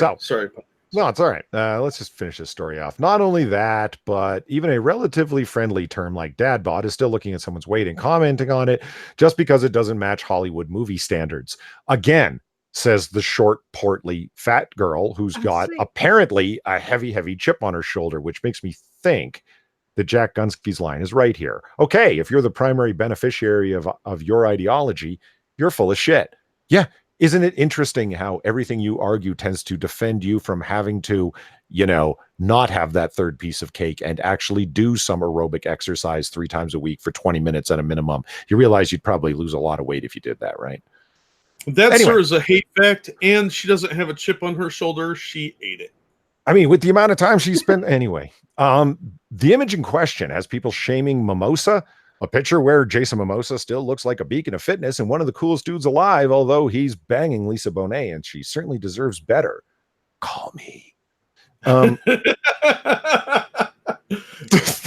So yeah, don't do this. Jason So yeah, don't do this. Jason Momoa isn't yours to look at and criticize just because he doesn't look like Carl Drago. Is that the guy from Rocky IV? Yeah. Oh. I thought that was his character from Game of Thrones. Oh. Whatever. Whatever. It doesn't matter. You mean that Drogo? sister raper? No, it's whatever. Drogo. Whatever. I have no idea. I thought they were talking about Dolph Lundgren's character from. Maybe. I don't think it matters. Yeah, it really doesn't. It's going to be some fit dude either way. What this does, though, shockingly, is open up a conversation. Oh, God. I don't want to talk to you, Rachel. I don't. You know who else wants to start conversations with me? Religious people that come to my door. Just saying. About how we address sexualizing people and praising their bodies. I know I'm guilty of looking at a picture of a dude with defined abs and thirst tweeting about him. You hypocrite bitch. And tweeting about it. All right. I don't even have a problem with you tweeting about who you find hot, but you've got a problem with everybody else doing it. You fucking hypocrite. Sitting and saying that he has a dad bod or asking what happened to the Photoshop of his abs is rude and terrible, said the woman who's just obviously got a crush on this guy, and that's not a problem, but fuck off and allow everyone else the same privilege. Mimosa doesn't deserve that. He doesn't even deserve to have his last name pronounced correctly. Plus, praising a dad bod in general isn't okay, because when looking at the beauty standards that women have to live up to, largely enforced by other women, though we blame it on men here at the Mary Sue, praising a man for being healthy and not having super defined abs, as when we, as women, are often guilted into not eating, which you personally never fall victim to, I'm sure, and falling into unhealthy weights, which you certainly do fall into, to be desirable isn't fair, because it's not fair to me, Rachel Leishman. There you go. That is the article. Okay, now hold on. There's one bit that she says at the end here. I'm just gonna do a quick thing here. Talk amongst yourself. I just want to find one quick thing here. Yeah, everybody's saying that Khal Drogo was Jason Momoa's character from Game of Thrones. Yeah, the sister raper. That's fine. Khal Drogo. Whatever. I love this last line here that I skipped over. Oops. This last line I skipped over. Yes. Let Jason Momoa live his life. And if his body isn't up to your standards, then that's on you, not on Aquaman himself. Kind of like, hey, if this woman in this Beachbody supplement ad in the tube station trains of London, if her body in a bikini is not up to your standards, maybe you shouldn't, that's on you, not on her or on the advertising company. If you feel bad about women that you see in magazines because you don't look like them, well, that's on you, not on them. Perhaps you shouldn't brigade them on Twitter about sexism. Perhaps you shouldn't create pseudo-academic that's not how structures to be able to complain about all these things and blame them on men when they're largely enforced by women. No, see, Polly, the archbishops of culture know when to tell us what to think and when not to think. And if it seems hypocritical, it's because you're a heretic. Now, also, we are not addressing the problematic nature of the term man cave, because dad bod is obviously a gendered patriarchy term that just forgives men's bodies. But man cave should be labeled as person that identifies as male cavern or vaginal cavity, perhaps. Now, if I can get up on my soapbox here real quick, it's not going to take too long, right? All right, everyone get comfy. Smoke them if you got them. Right here. Let Jason Momoa live his life. Mm-hmm. Okay? That's the bit that I'm going to focus on. Okay? All right. That is rich coming from you, Rachel Leishman. That is fucking rich. Because I, like your website, don't forget. Okay? You may curate your comments on your YouTube channel and on your website, but you sure as hell do not have the smarts to take down things that you've already fucking written. Okay? I can get behind this statement. I can get behind that. Let him live his life. Yeah, let everyone else live their lives too. If they have a problem, let them live their lives. Why? Who are you to tell anyone what they're supposed to do? Oh yeah, stop telling Brie Larson how to act. It's exhausting. Go fuck yourself, Rachel, you massive fucking hypocrite. I hate you.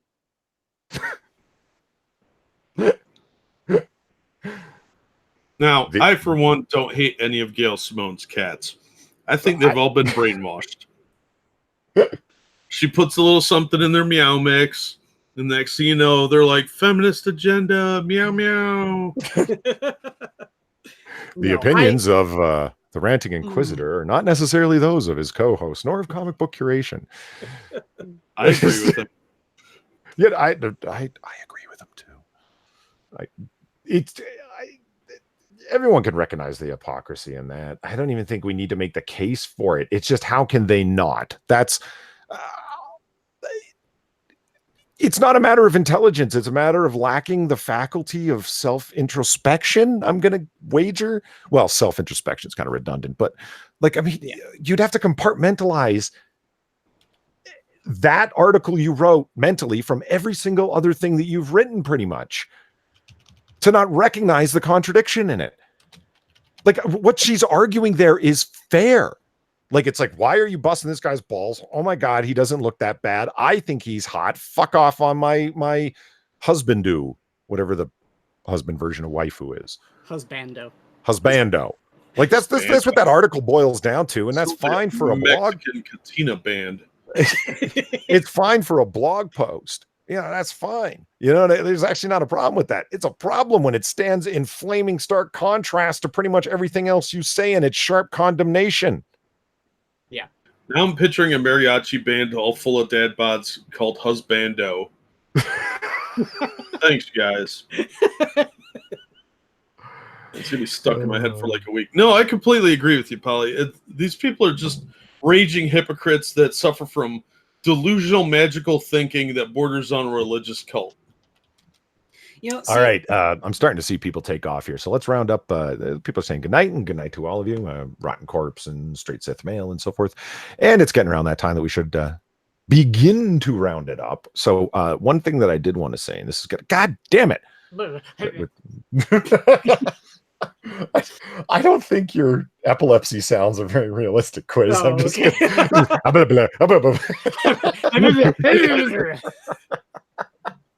Straight Sith Mail said, Jack, behave. Now I'll work on it. We'll see. This is a poster for House of X and Powers of X, which we alluded to earlier, known as HOX and POX, or if I call it, as we've come to call it rather, House of Pox. Yeah, Pox of Pox. Yes.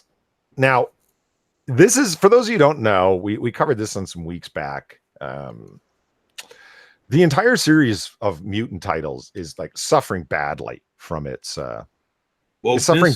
Yes, they did go to India to fight the wage gap after all. Yes. And they used dank memes in a war. They did. It's true. The point in this is to relaunch the entire mutant series in two main series called House of X and Powers of X. I am promising to do this. I have faith in this. I don't know why. Don't ask me why. I'm having a strange moment of optimism for some reason. And I'm going to... Do you need help? Do you taste copper? No, but my vision is closing in on me and I'm starting to lose my sense of color. So it's not a good sign. But regardless, I am actually going to be buying these comics when they come out, which is something I haven't done since X-Men Gold ran its run into the ground. X-Men Gold, because a bunch of former members of Excalibur, namely Nightcrawler and Rachel Summers, who they bastardized as Rachel Gray, one of my favorite mutant characters of all time, were on the team X-Men Gold, and I thought, what the fuck, why not? You know how much money I wasted before I finally took it off my pull list?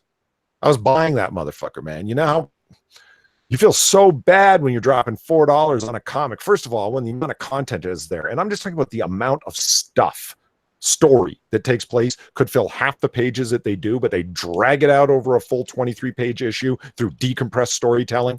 Fuck. And eventually, after I think it was around issue 22 is when I took it off my pull list. I'd have to go look to see what the last issue I actually bought was. But I'm getting back on. I'm getting back on this train. I'm gonna buy it. It sounds like the creator of it, Jonathan Hickman, has a vision. He says, we've gone in some weird directions. There's too much going on. And these two stories will explain completely how we are going to work within the canon, but restart everything from a fresh slate. That sounds good. It sounds like there's an editor in charge who has an actual vision, as opposed to 5 guys throwing darts at a wall that's got like circles on it that say woke, POCs, wage gap, feminist issues, and whatever the dart happens to land in, they that's what our story is going to be about, you know? I think a lot of... Sorry, Chris, what'd you say? Dank memes. Yeah. I think a lot of it is people like Tom Taylor were given way too much freedom on what they could write. And nobody did any editorial oversight. They just made it as woke as possible. Hickman sounds like he's going to try and rein it in a little bit and focus it. And hopefully it works. I haven't read much Jonathan Hickman, so I don't know how good he is. Mm-hmm. But everybody's telling me that a lot of his previous work has been really good. I'm going to give it a chance, but I don't have high hopes because Marvel's shit the bed too many times for me. That it's like the older writers just come into your house and dump their purse out on the table and tell you all their personal issues. If I want that, I'll pick up Tom King's Batman. I don't. Here's the quote of the year. Frank Miller sitting on a panel a year and a half ago talking to Tom King. And that was great. What was it not? We've got to cover that in a separate video. Holy shit, that was amazing. And I love your boy Zach's line about it. I had never heard of that panel, just like he had. And your boy Zach did a little video about a panel that Frank Miller was on about a year ago for the 75th anniversary of Batman at the New York Comic-Con. And Tom King, the guy who's handling his psychological issues through comic book writing, and has recently been taken off the Batman writing staff. What's that? Thankfully, yes. And it was all because some Disney exec or DC exec had to have seen Batman 71 and read it. And a lot of people strangely think that King's writing is great simply because it's morose and maudlin. But that would be the best two descriptors for it that I can think of: morose and maudlin. I would say more sad and suicidal. Yeah, it verges on that. I mean, like Heroes in Crisis, where the whole thing is literally about psychological therapy for superheroes and some supervillains. It's just fucking nuts. So anyway, Frank Miller is like, you know, if Batman can be anybody, why does he have to be you? You know, why are you injecting? Like, I mean, this is Mary suing a character, and of all people, you're going to Mary sue Bruce Wayne.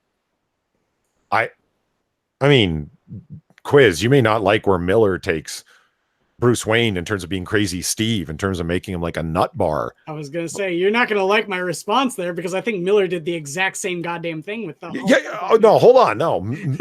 you think Miller's working out his psychological problems, or do you just think he was a drunkard? I think he was a drunk asshole who was working out his problems of being a drunk asshole. He stopped drinking. It doesn't change the fact that comic is awful. The comic may be awful, but it's nowhere near damaging like Tom King's run has been to Batman as a character, because Frank Miller loves Batman. He treats him like a person. And no, he doesn't. No, hold on. Let's not lose sight of this. Let's not lose sight of this. Everything that Miller writes happens in the so-called Millerverse. It's not considered to be continuity. Miller's fine with that. He's just writing a Batman story. Tom King is very focused on all of this being the main continuity. Yeah. He is re-establishing who Batman is, and everyone else has to deal with it. Miller does not have that sense of egotism about his writing. So everyone else, like, I'm going to say this thing about Batman, then everyone else, every writer forevermore after me has to deal with it. Like, that's some fucking ego, man. You must really think you have a golden pen. Well, let's thank God for a second. Let's get on bended knee and thank God that then now, because of this new information that is being shed to our ears by Polly, that what are you, dense or retarded or something? Don't you know who I am? I'm the goddamn Batman is not canon.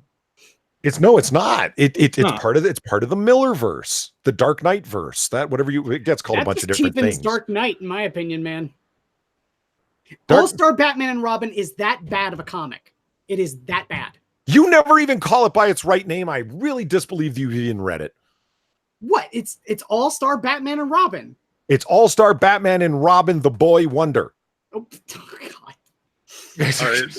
When you're done splitting hairs, no. The fact that All-Star Batman and Robin is not part, the Boy Wonder, is not part of mainstream canon is Frank Miller's interpretation of the character for that universe. Right. Tom King is disingenuously giving Batman deconstructionism to the point where he's destroying the character. Yeah. For a much longer period of time. He has taken the machine apart in a deconstructive effort and then has walked out of the room and say, hey, look at all these parts. What, haven't I done something great? And it's like, no, you've left us a fallen apart mess that you can't put back together yourself. And you're calling it genius. I agree with you, Jack. He's completely deconstructed the character to the point where there's no more interest in him. Yeah. And that's hard to do. That is hard to kill interest in Batman. Well, he's made Batman a secondary character in his own book and an emotionally crippled one. Yeah. Batman is a whiny little bitch in his own book. And the whole storyline doesn't make a whole lot of sense to begin with. It's definitely betrays the fact that Tom King has some serious emotional issues that he needs to work out in therapy. That's why I called his therapy journal. Damn right. I think, in any case, I am declaring my intention to just to get this picture off screen. I'll just before I just disappear it. Yes, I am going to be reading. Are you going to buy it, Jack? You buy a lot of comics. Are you going to do House of Punks? Yeah, I'm going to pick them both up. I already got them held back, pre-ordered on my my comic shops, and it's just I'm willing to give it a chance, give it a couple of issues each, and see how it goes. But I'm more than willing to just completely walk away from Marvel at this point. They have done nothing but continue to let me down. And I'm tired of giving them money. And I get a massive discount. Well, it's not like there isn't. There's a fuck ton of talent out there in terms of writers. Some that work for Marvel, have worked for Marvel, have never worked for Marvel. The whole point is they can bring them on board. The one thing that I do see a complete lack of is editorial vision, a direction, control. It sounds like there's some here. That's a really positive thing to hear. What the only direct editorial direction that I hear is, so we're going in this totally woke direction, like Sana Amanat. She's got editorial vision like a motherfucker. It's just a nightmarish vision. Well, that's why Tom Brevoort and Jordan D. White, whenever I see their names as the editor, it's going to be a woke book with lots of diversity. And it's not focused on storytelling. It's focused on being a woke book with lots of diversity. Because that's their vision. So they guide the writers in that direction. They need to replace a lot of editors at Marvel because they're either not doing their jobs or they're steering things in a boring direction. And that's who I blame for a lot of this. I think if they leave Hickman alone to do his work, maybe it'll be really good. But if they get their hands in there too far, it's going to be a woke mess.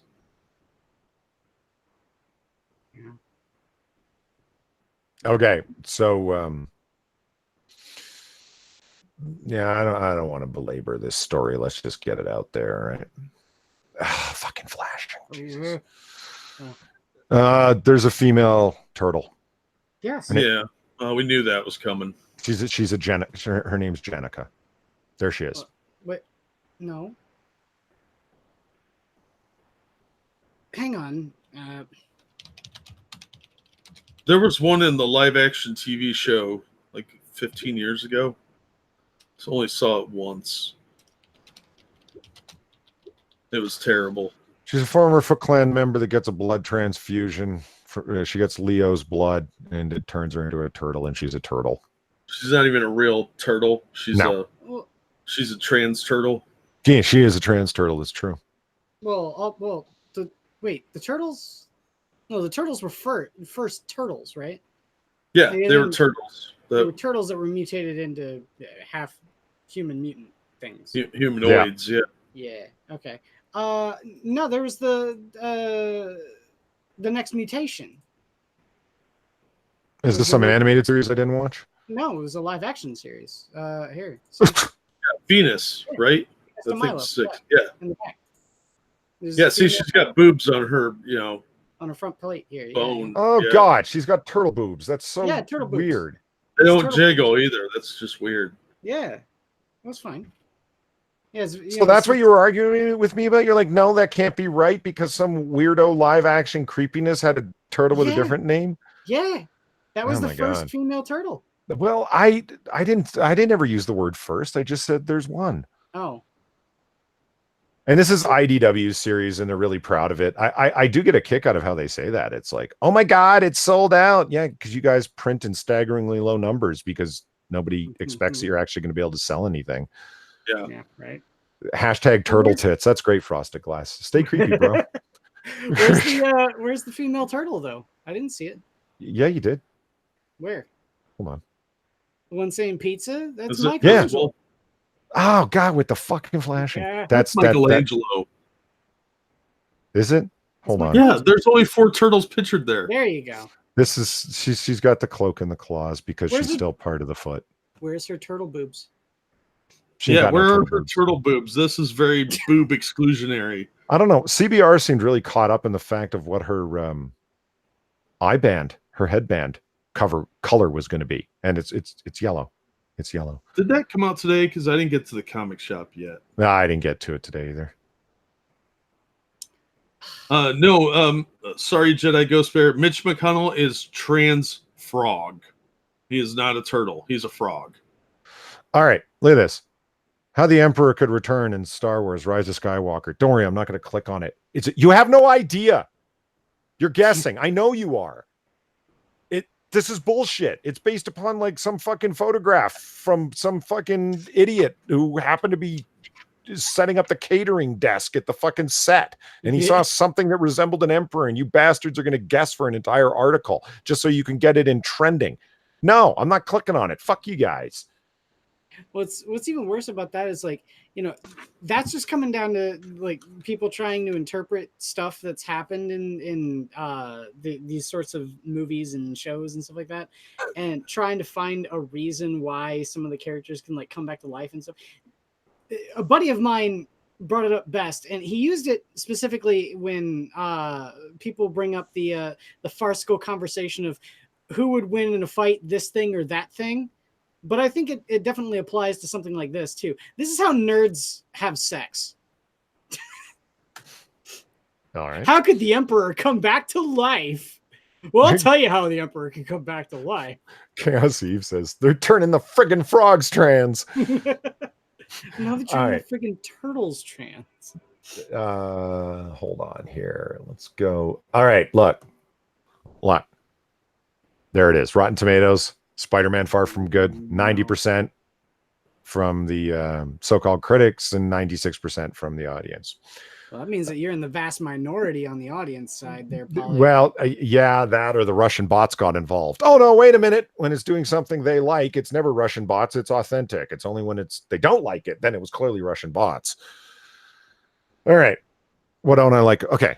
Here, look, I'm going to do this real quick. Let's keep it spoiler-free. And I am. There's one big thing about it that I can't spoil. That I'm not going to spoil in case you do want to go see it, because that would just make me a dick. And I'm not going to talk about that part because it's the only thing in the movie that kind of makes it worth watching, but it doesn't really make it worth watching.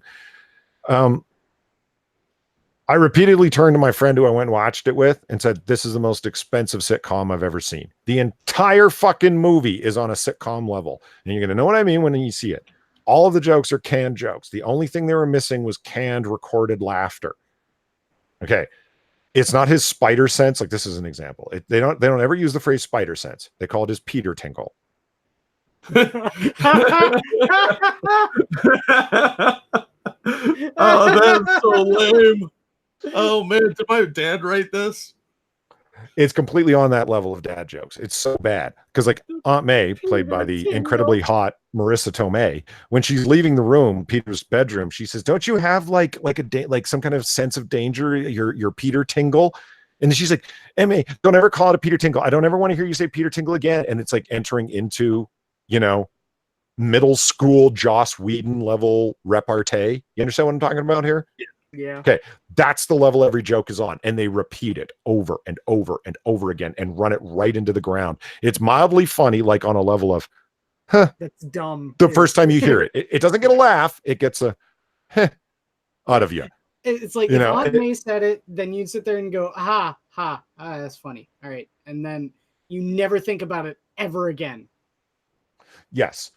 And they don't talk about it for a little bit and then bring it up in the exact same fashion and circumstance again. And it's supposed to make you laugh because that's supposed to be a piece of callback humor. And it's like, no, callback humor is like when you say a joke before and then you say a piece of it later when it's unrelated, only related tangentially, and the fact that it was shoehorned in is what makes it funny.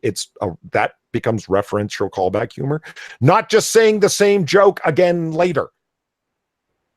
That's not callback humor. That's bad writing. Have you ever seen Saved by the Bell?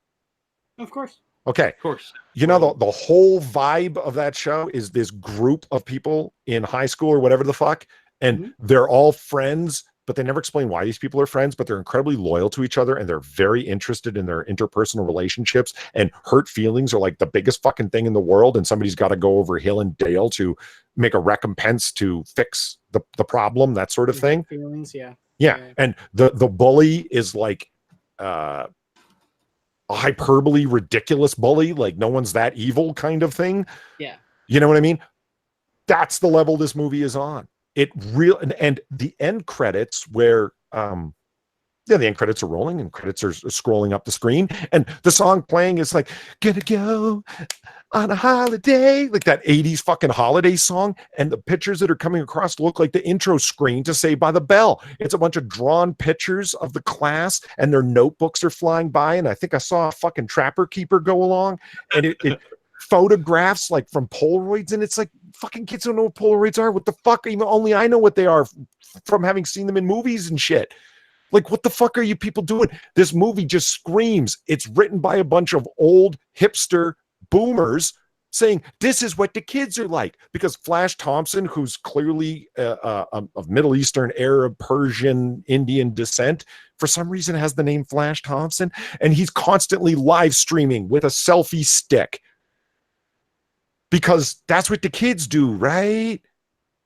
It's so full of shit like that. I can't even imagine an argument between Happy, Tony Stark's right-hand man in the MCU films. Okay. There's Happy and Peter Parker and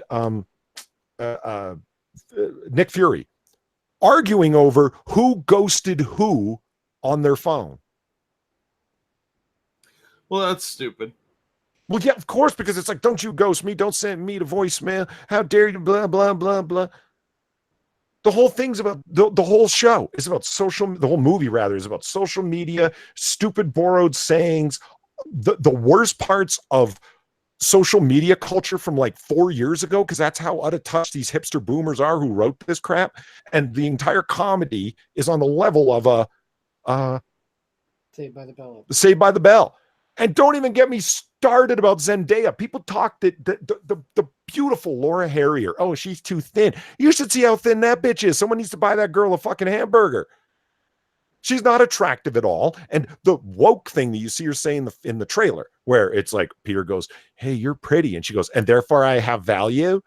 Okay, that's the one and only woke thing she says during that entire film. They sort of reimagined her character in this script as the only reason that she said that is because she's a bitch and she responds to everything with some bitchy, sour little black heart saying.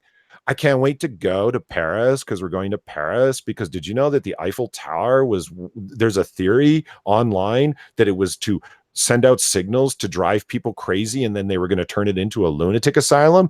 I'm looking forward to it. It's my favorite part of the trip. Like, she's a weirdo, emo, conspiracy theorist bitch who just says the meanest, most distancing, remote things that she can at every opportunity. And everybody's attracted to her and loves her and wants to be her friend. I'd prefer you didn't alienate my entire dating base. Thank you. So anyway, is it worth, this is like Spider-Man Homecoming, people had their complaints about it. I liked it, except for Zendaya Coleman or Zendaya. I generally liked it. Coleman. It was a little modern. It was a little Joss Whedon and how quippy and fun-loving and blah, blah, blah everything was. I don't understand why Ned Leeds, who was never a guy who went to high school with Peter Parker, was suddenly his fat Asian friend from high school. Like, why didn't you just give him a different name? Why'd you even use the name Ned Leeds? That doesn't make any fucking sense. Oh, and by the way, in this film, he also goes to school with a girl named Betty Brant. What? He never went to high school with Betty Brant. She works at the Daily Bugle. That's got nothing to do with nothing. Why didn't you just name her something else? Because they lack creativity. It's Disney. And did you know that no matter where you go on the globe, there's a woman with a hijab there? Because according to the MCU, they went to Berlin, they went to Venice, they went to Europe. There's a girl with a hijab in their class. Were they driving trucks of peace? No, there was no trucks of peace, but they were in Berlin and London, so I didn't understand why I didn't see at least one truck of peace. Yeah. So it's, of course I complain about the movie, but I complain about it mostly because of how bad it was compared to Homecoming. So if you didn't like Homecoming, you're really not going to like this one. And I was told, excuse me, that Laura Harrier, we covered the article on Comic Book Curation Live a number of whatever the fuck months back, that Laura Harrier was contracted to be in this film. There was not one fucking bit of Laura Harrier in this film, and I was sorely disappointed. Not even a bit moment where he says hello. No, man, I'm telling you, it's going to be on the Blu-ray version that you got to pay extra $5 for. It's extended one. Yeah, it's a cutscene. So I don't know. There it is. Should you watch it? Yeah, when it comes out on Netflix, yeah, it's worth your 2 hours. Turn it off if you can't stand the level of comedy that it's on. So yeah, it's worth giving a shot to. Yes, I'm not saying avoid that film. Like Captain Marvel, fuck, avoid that film. It's just going to make you angry. It's just a waste of your time. It ain't got fuck all to do with the MCU, and you won't be lost on anything. This one, that's worth your time, and it's kind of some of the emotional moments where Peter is like, he's really hit hard on the well, spoilers, y'all. The death of Iron Man, because it's like they really play Iron Man up.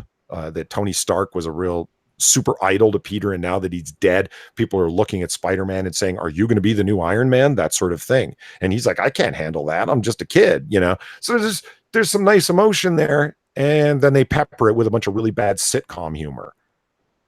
So it's got its elements that are really cool. The Mysterio CGI, like Mysterio, as everybody knows, is like, well, in case you don't know, I should say, he has no superpowers. He's a special effects guy that uses tricks and holograms and nerve gases and things like that to trick and confuse you and put you into a world of illusion where you don't know what's real and what's not. That's how he games people. The way they use CGI in that regard in the film is kind of awesome. But it only happens for like 7-8 minutes of the entire run of the film. So when they actually do finally battle, yeah, it's pretty fucking cool, man. But the lead up to it is painful, man. Painful. Well, let's put it this way. Would it be at home on TV with a laugh track? Well, I'm sorry, it would probably be far from home. Would it be at home on TV with a laugh track? Yes. Broken into 22-minute segments. Laugh tracks would be right at home with the level of comedy in this film. It's so juvenile. And it makes me wonder, are the writers really just this bad of writers, or was this deliberate in their attempt to appeal to the kids? And this is how stupid they think the kids actually are. They have this low of an opinion of their teenage audience. Well, have you met teenagers that are pretty fucking woke and dumb? I was going to say, looking at the audience score there, yeah, it seems to be successful. Yeah, hashtag not all, but apparently enough of them. The Meta Winter says, so cheap Marvel Scarecrow. Not the way that it's played, no. The CGI, whatever CGI studio that they farmed those aspects of the film out to, did a pretty original job. It doesn't look like the magical elements from Doctor Strange, like, where the world starts twisting and stuff, Yeah. It doesn't look like that, and it doesn't look like nightmarish Scarecrow stuff. It really works for Mysterio. Like, again, the idea is to create illusions and then keep turning and twisting and tricking the person that he's trying to trap. Like, here I am in front of you, Spider-Man, and like he punches, and of course it was a brick wall. It was an illusion he was casting in front of him, and he's tumbling and falling through this nightmare world. And when he thinks things are real, they're not, and then they are, and then they are, and it's to put this person where they don't know what's real and what's not. That's how he games people. That's what makes him a supervillain, and it plays out pretty well on screen, very well on screen. So it's not entirely negative, my call of the film. It just, fucking hell, wait for Netflix, man. It's not it. I paid $16, okay, for this film. Yeah, because I saw it in 3D and with the super comfy seats at the big fancy theater near me. And I want most of that money back. that film was worth like $3, $4. Like if I were to take my guess of how much enjoyment I got out of it, it would be worth $3, $4. But I want most of my money back. I don't care how comfortable I was watching it. And there's a couple of moments in there that I swear that they were made just for 3D screens. Like this moment when May, played by the sexy Marissa Tomei, walks into the room. Why does she reach her arms out and walk straight at a camera? Like there's really no point in her doing that unless it's to be sitting in a 3D theater and see Marissa Tomei reaching out with these giant 25-foot wide hands, you know? Well, I mean, if Marissa Tomei is as hot as you say that she is, then, you know, I could be okay with that. I don't know. Does Mega Woman? Tall woman? Yeah. All right. So there it is, ladies and gentlemen. My take on it. Oh, there's one thing that I wanted to throw into chat. The article that I was looking at for House of Pox there came from Bleeding Fool, not cool, Bleeding Fool. And there is the link to the article. It's long, it's well researched, lots of good graphics. It's about the failure of CB Cebulski as the EIC, the editor-in-chief at Marvel, and how the direction he's taken Marvel in, ostensibly, since he is the editor-in-chief, has been a complete failure. It goes through, here's all of the decisions that seemingly he would have been making as EIC and how terrible that they've all been. And it all leads up to House of Pox. Is it going to be another terrible Cebulski fail? It's a really great article. It's absolutely worth reading if you're interested. It is long enough that I didn't want to, it'd be brutal to cover it in the show. You know what I mean? So I decided, but because it is such a good article, I decided to put it into chat. But just for my 2 cents, I think mostly Sana Amanat is to blame for a lot of those decisions, not really Cebulski. It doesn't seem like Cebulski has the authority that an editor-in-chief usually has. Well, that's my call. Lifestyle brand policy. Right. The lifestyle brand thing seems to be a more important editorial decision than anything that CB Cebulski has ever said or done. You know? Seems like Amanat's in charge, not Cebulski, is my call. But I don't know. I don't work at Marvel. I just am forced to buy their comics. Well, not forced to, but not forced to. Yeah. Nah. It's really easy to just not buy a comic. I know I do it all the time. Well, that in part had to do with that manga piracy article that I know Jack was trying to stick us with for reasons I won't get into any detail on. That's the thing. I don't.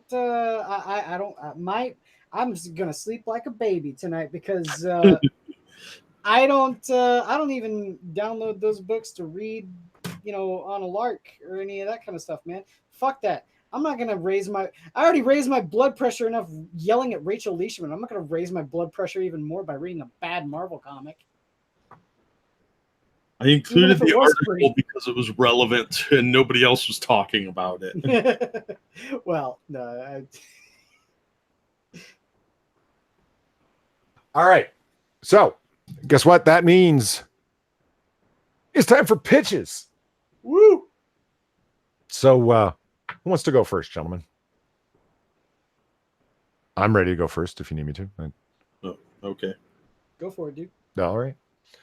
I'm picking something unlikely, even for me, this time around. I think Jack might appreciate this, though. He's weird. Thanks. I meant it affectionately. My pitch is the official comics adaptation of Blade Runner. Oh. Okay. Nice. I figured that this was going to be complete crap. That's why I read it for laughs. God, let's see how awful this is. Like, it's not even a Blade Runner comic. It's the movie adaptation, right? This is going to be fucking terrible. Guys, it's so good. Mm-hmm. That was back when they did them right. It's only 2 issues. 2 fucking issues. And they successfully compress the entire movie in those 2 issues, only running 23 pages each. So there's a lot of people out there that have heard of Blade Runner. It's one of those movies that gets talked about a lot. If you don't want to sit through it, and you don't want to blah, blah, blah, and you just want to get a sense of the story and what it's actually like, this is the comic for you. it's a pretty good art. It's like, early 80s style, the official comics adaptation of the hit film. Well, I don't know how hit of a film it was. It became popular after the fact, but the entire story is there, from the replicants to, who Harrison Ford's character's Deckard is. It doesn't have any of the saucier version, aspects of the film. It's actually absolutely a comic that kids can read. But yeah, what a great summation of the story. Like from the moment when he meets up with them at the noodle bar and everything, and the explanation of, there's his chief explained to him, or his former boss explained to him, hey, you're going to I need you to hunt down these replicants. It explains who the replicants are. The whole story is there, what the replicants are after, why he's hunting them down, why they need to be off-world and it's illegal for them to be on Earth, why these replicants are different than the other ones. Again, the whole story is there in 2 comics.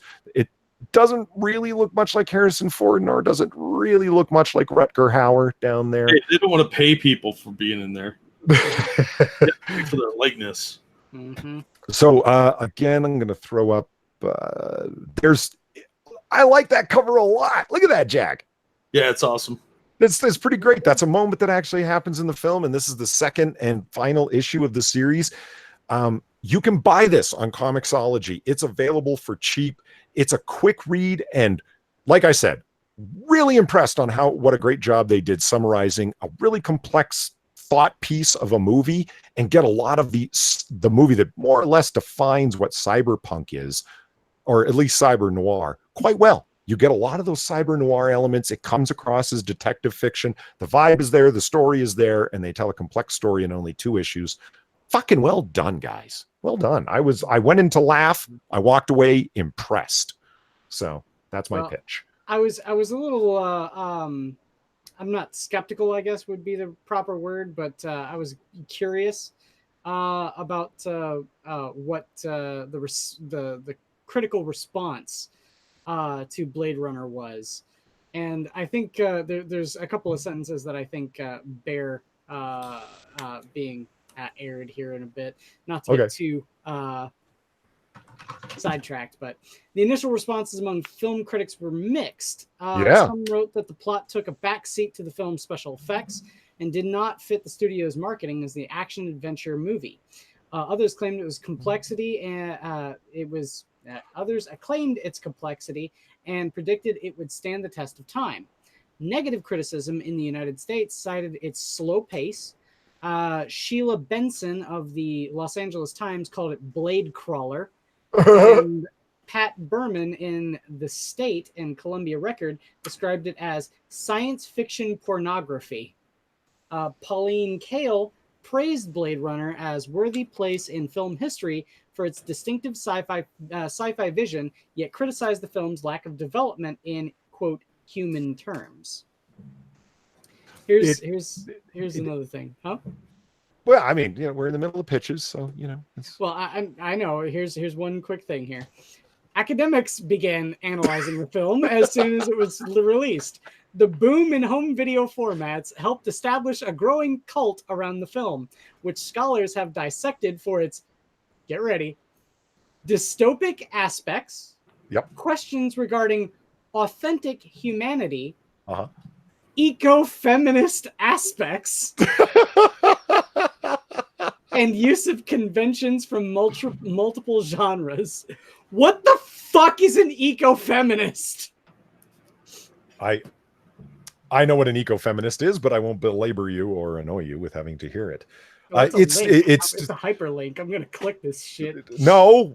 What you're gonna do is listen while Jack pitches his comic.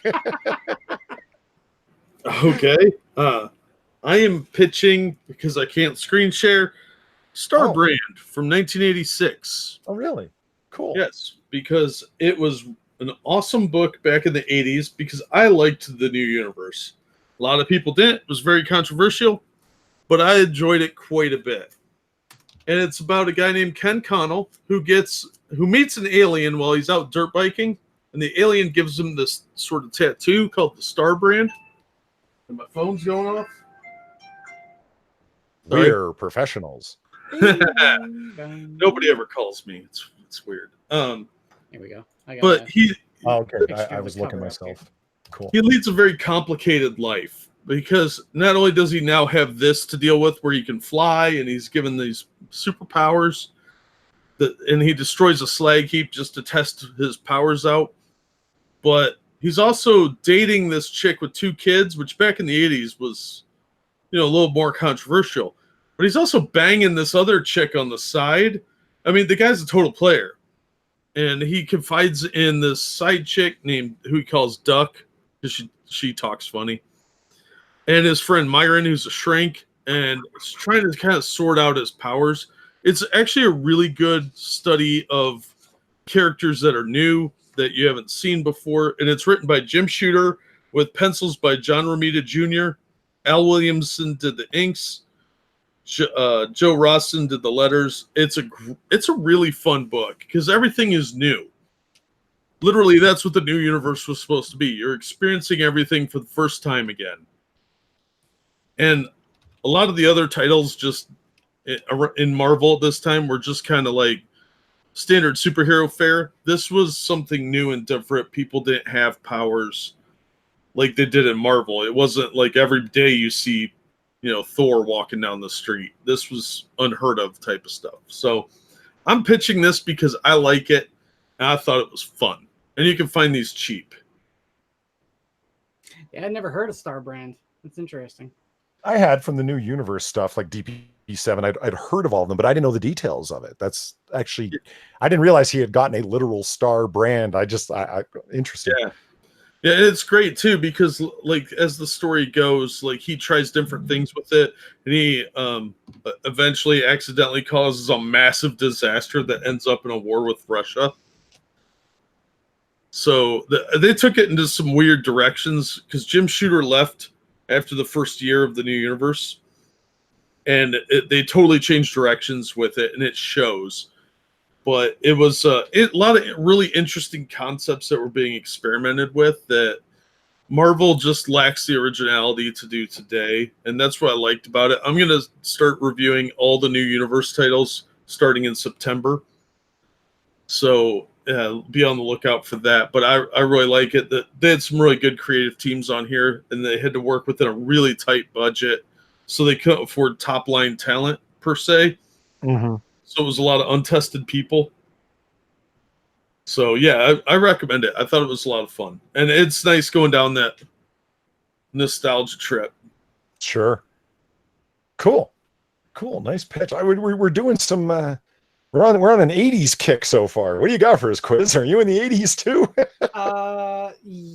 Yes. Yeah. Oh, yeah, it is. It's 89, I believe. Nice. Stay in the decade. Yeah. This is written by Mike Grell, pencils by Dan Jurgens, and inks by Dick Giordano and Frank McLaughlin, colorist Julia Lockmanet. My pitch is... there we go. Green Arrow, 21 through 24, Blood of the Dragon. Nice. This is a series where it tells the story of Shadow, the Japanese assassin that Oliver had run into once or several times before, as is evidenced by that child that she is cradling in her arms. Yeah, that's Oliver's. He doesn't know that though, and this story in particular is of the Yakuza coming to bring her to heal and send her out on her blood debt assassinations for them, and her plea with Oliver to help her not only recover their child, but also to free her from her obligation with the Yakuza. It is awesome. I love this series, and the art in it is absolutely beautiful. I mean, you got Mike Grell and Dan Jurgens. I mean, yeah. What more could you really want? Yeah, this was like the height of DC in the 80s. It was hands down some of the best art and the best storytelling. And not only that, as you can see right here on the cover, suggested for mature readers. This was before they did Vertigo. So they had to have this sort of thing, because if you notice, another thing that it doesn't have for being in the 80s is it doesn't have the Comics Code Authority stamp. Yeah, DC split a lot of their titles. They were emulating what Marvel did with Epic at this time, and they had prestige format books where certain books were just on nicer paper and a higher price. Yeah. And Green Arrow was like one of the big ones for them for that. Yeah, and like I said, the Blood of the Dragon series, absolutely amazing. This is also when Oliver learns that this is Connor Hawke, who would later grow up to become the successor to Green Arrow when Oliver dies. So yeah, this is one of, in my opinion, the best Green Arrow stories. Nice. I actually think I might go grab that. I've got some credits on Comixology. Oh yeah, man. I haven't read a lot of Green Arrow stuff, and that sounds like a really interesting storyline to like jump into. So, and that's desk punching, apparently. Okay. So there it is for this week, ladies and gentlemen. Thank you very much for being here. If you haven't already on your way out, please like, subscribe, and share the stream, or just retweet the original invitation tweet that I sent out with complete with the link to the stream in it already, and the super sexy thumbnail. Oh yeah, obviously I'm sure everybody gathered why I put Mary Jane, hot redheaded Mary Jane, on the thumbnail. Zendaya Coleman. Oh God, you're awful. You're fucking awful. You're a bitter, angry woman. Everybody wants to like you because the script says that they should. There's no obvious reason why anybody would care about you and your sour little heart. Anyway. Yeah. I get it. I mean, the fanboy reaction is not that hard to understand. You get the Rachel Leishmans of the world complaining on their stupid little sites and going, "Oh, toxic fanboys just hate that it's a POC." Liz Allen in the comic books is a blonde-haired, blue-eyed white woman. Did you hear me complaining about the goddess that is Laura Harrier playing her? No, because it wasn't fucking awful. I don't like tokenism as much as the next person, but God, it's so easy to focus in on Zendaya. You're taking a character like Mary Jane Watson, who's beloved, and switching her around, not only in her looks. That's not it. It's her looks and her personality and everything but the fucking name, which you didn't even have the balls to completely call her. She's not Mary Jane. She's Michelle. Then why'd you use the name MJ? You guys are full of shit. Pisses everybody off. And then you call them toxic fanboys when they complain about some bullshit, which was obvious bullshit. So anyway, that's my final thought. Yeah. At least it wasn't Rachel Leishman as MJ. Well. In any case, thanks for coming by, everybody. If you're listening in the future, by all means, leave comments below. We get a chance to read them all and respond to most. Any final thoughts, gentlemen, before we're out? No, just go check out some comics, find some you like it, give some of the independent stuff a try. There's a lot of good stuff out there by independents that is really underappreciated. I would say make up your mind, make up your own mind about this sort of thing. We may be informative, we may try to look at everything, but hell, we're not infallible. Make up your own mind. If Spider-Man Far From Home looks good to you, go see it. I'm not convinced, so I'm probably not. But yeah, I say listen to us because we like the audience interaction. We like you guys. We love that you come to see us and hear us. But make up your own mind and let us know if we're off base about anything, and especially leave comments. We try to read them all and try to respond. You're not wrong in anything you said. So there it is. Thanks for being here, chat. And if you're listening in the future, thank you for being here as well. Have a good week, everybody.